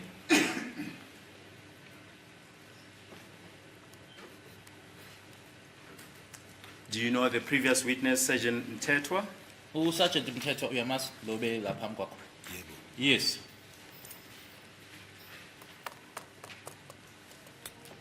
Were you on the same shift on the 26th of October 2014?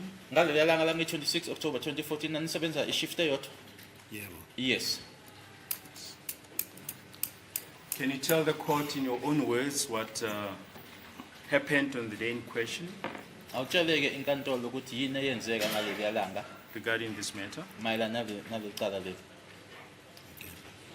Nge-26 October 2014. Bengathi yaphakamisa mina. Nge-26 October 2014, saripota on duty ngo-6, 1800 hours. On the 26th of October 2014, we reported on duty at 1800 hours. Apostwa sector 1. We were then posted or was posted at sector 1.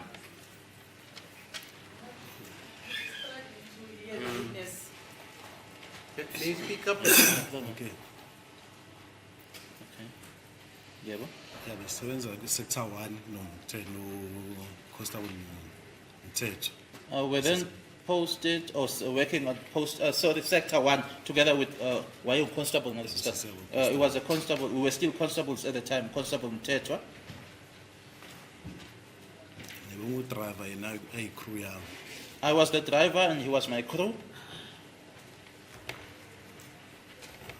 Sebenza ngabo 2053 bese police station is detained. At 2053, we were at the police station detaining. Sathola complaint through radio control seselapha police station. Whilst at the police station, we received a complaint via radio control, We shooting in progress. which was a shooting in progress. It's number 13511 Kutlwano Mzamo Foslera's. At number 13511 Kutlanong Street, Mzamo. Just a in Fos- minute. Sorry.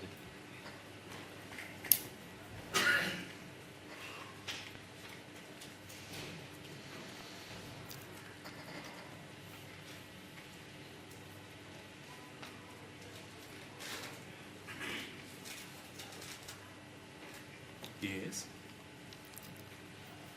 Ithema ingeni complaint sabele sayiyeka yonke into sarasha kule complaint shooting in progress. When the complaint came through, we stopped everything and we rushed to that shooting in progress.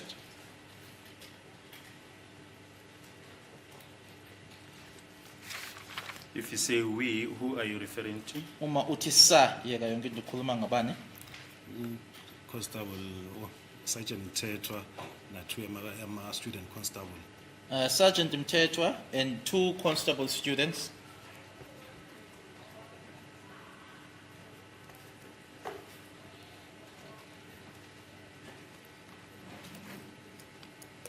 Yes. Yebo. Usithe saya straight vele kuleyo address leyo kuleso strat ngoba siyayazi ilona vele i-strat siyasazi. We then went straight to that address and the street because the street is known to us.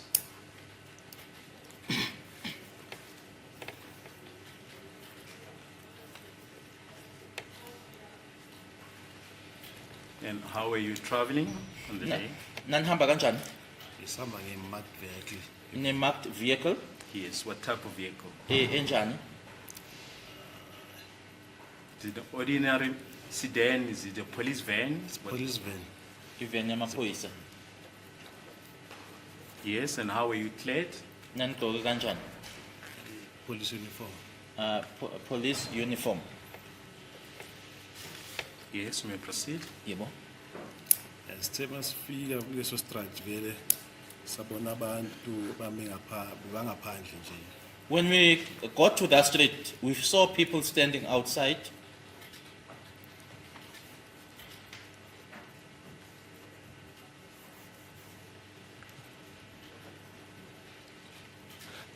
Yes. Yebo. Yo wave umama ngathi umama nje ngathi nomzimbanyana but umama nje wave ukuthi bathi baye computer direction. A certain lady with just a body, but she is a lady, waved to us and pointed to a particular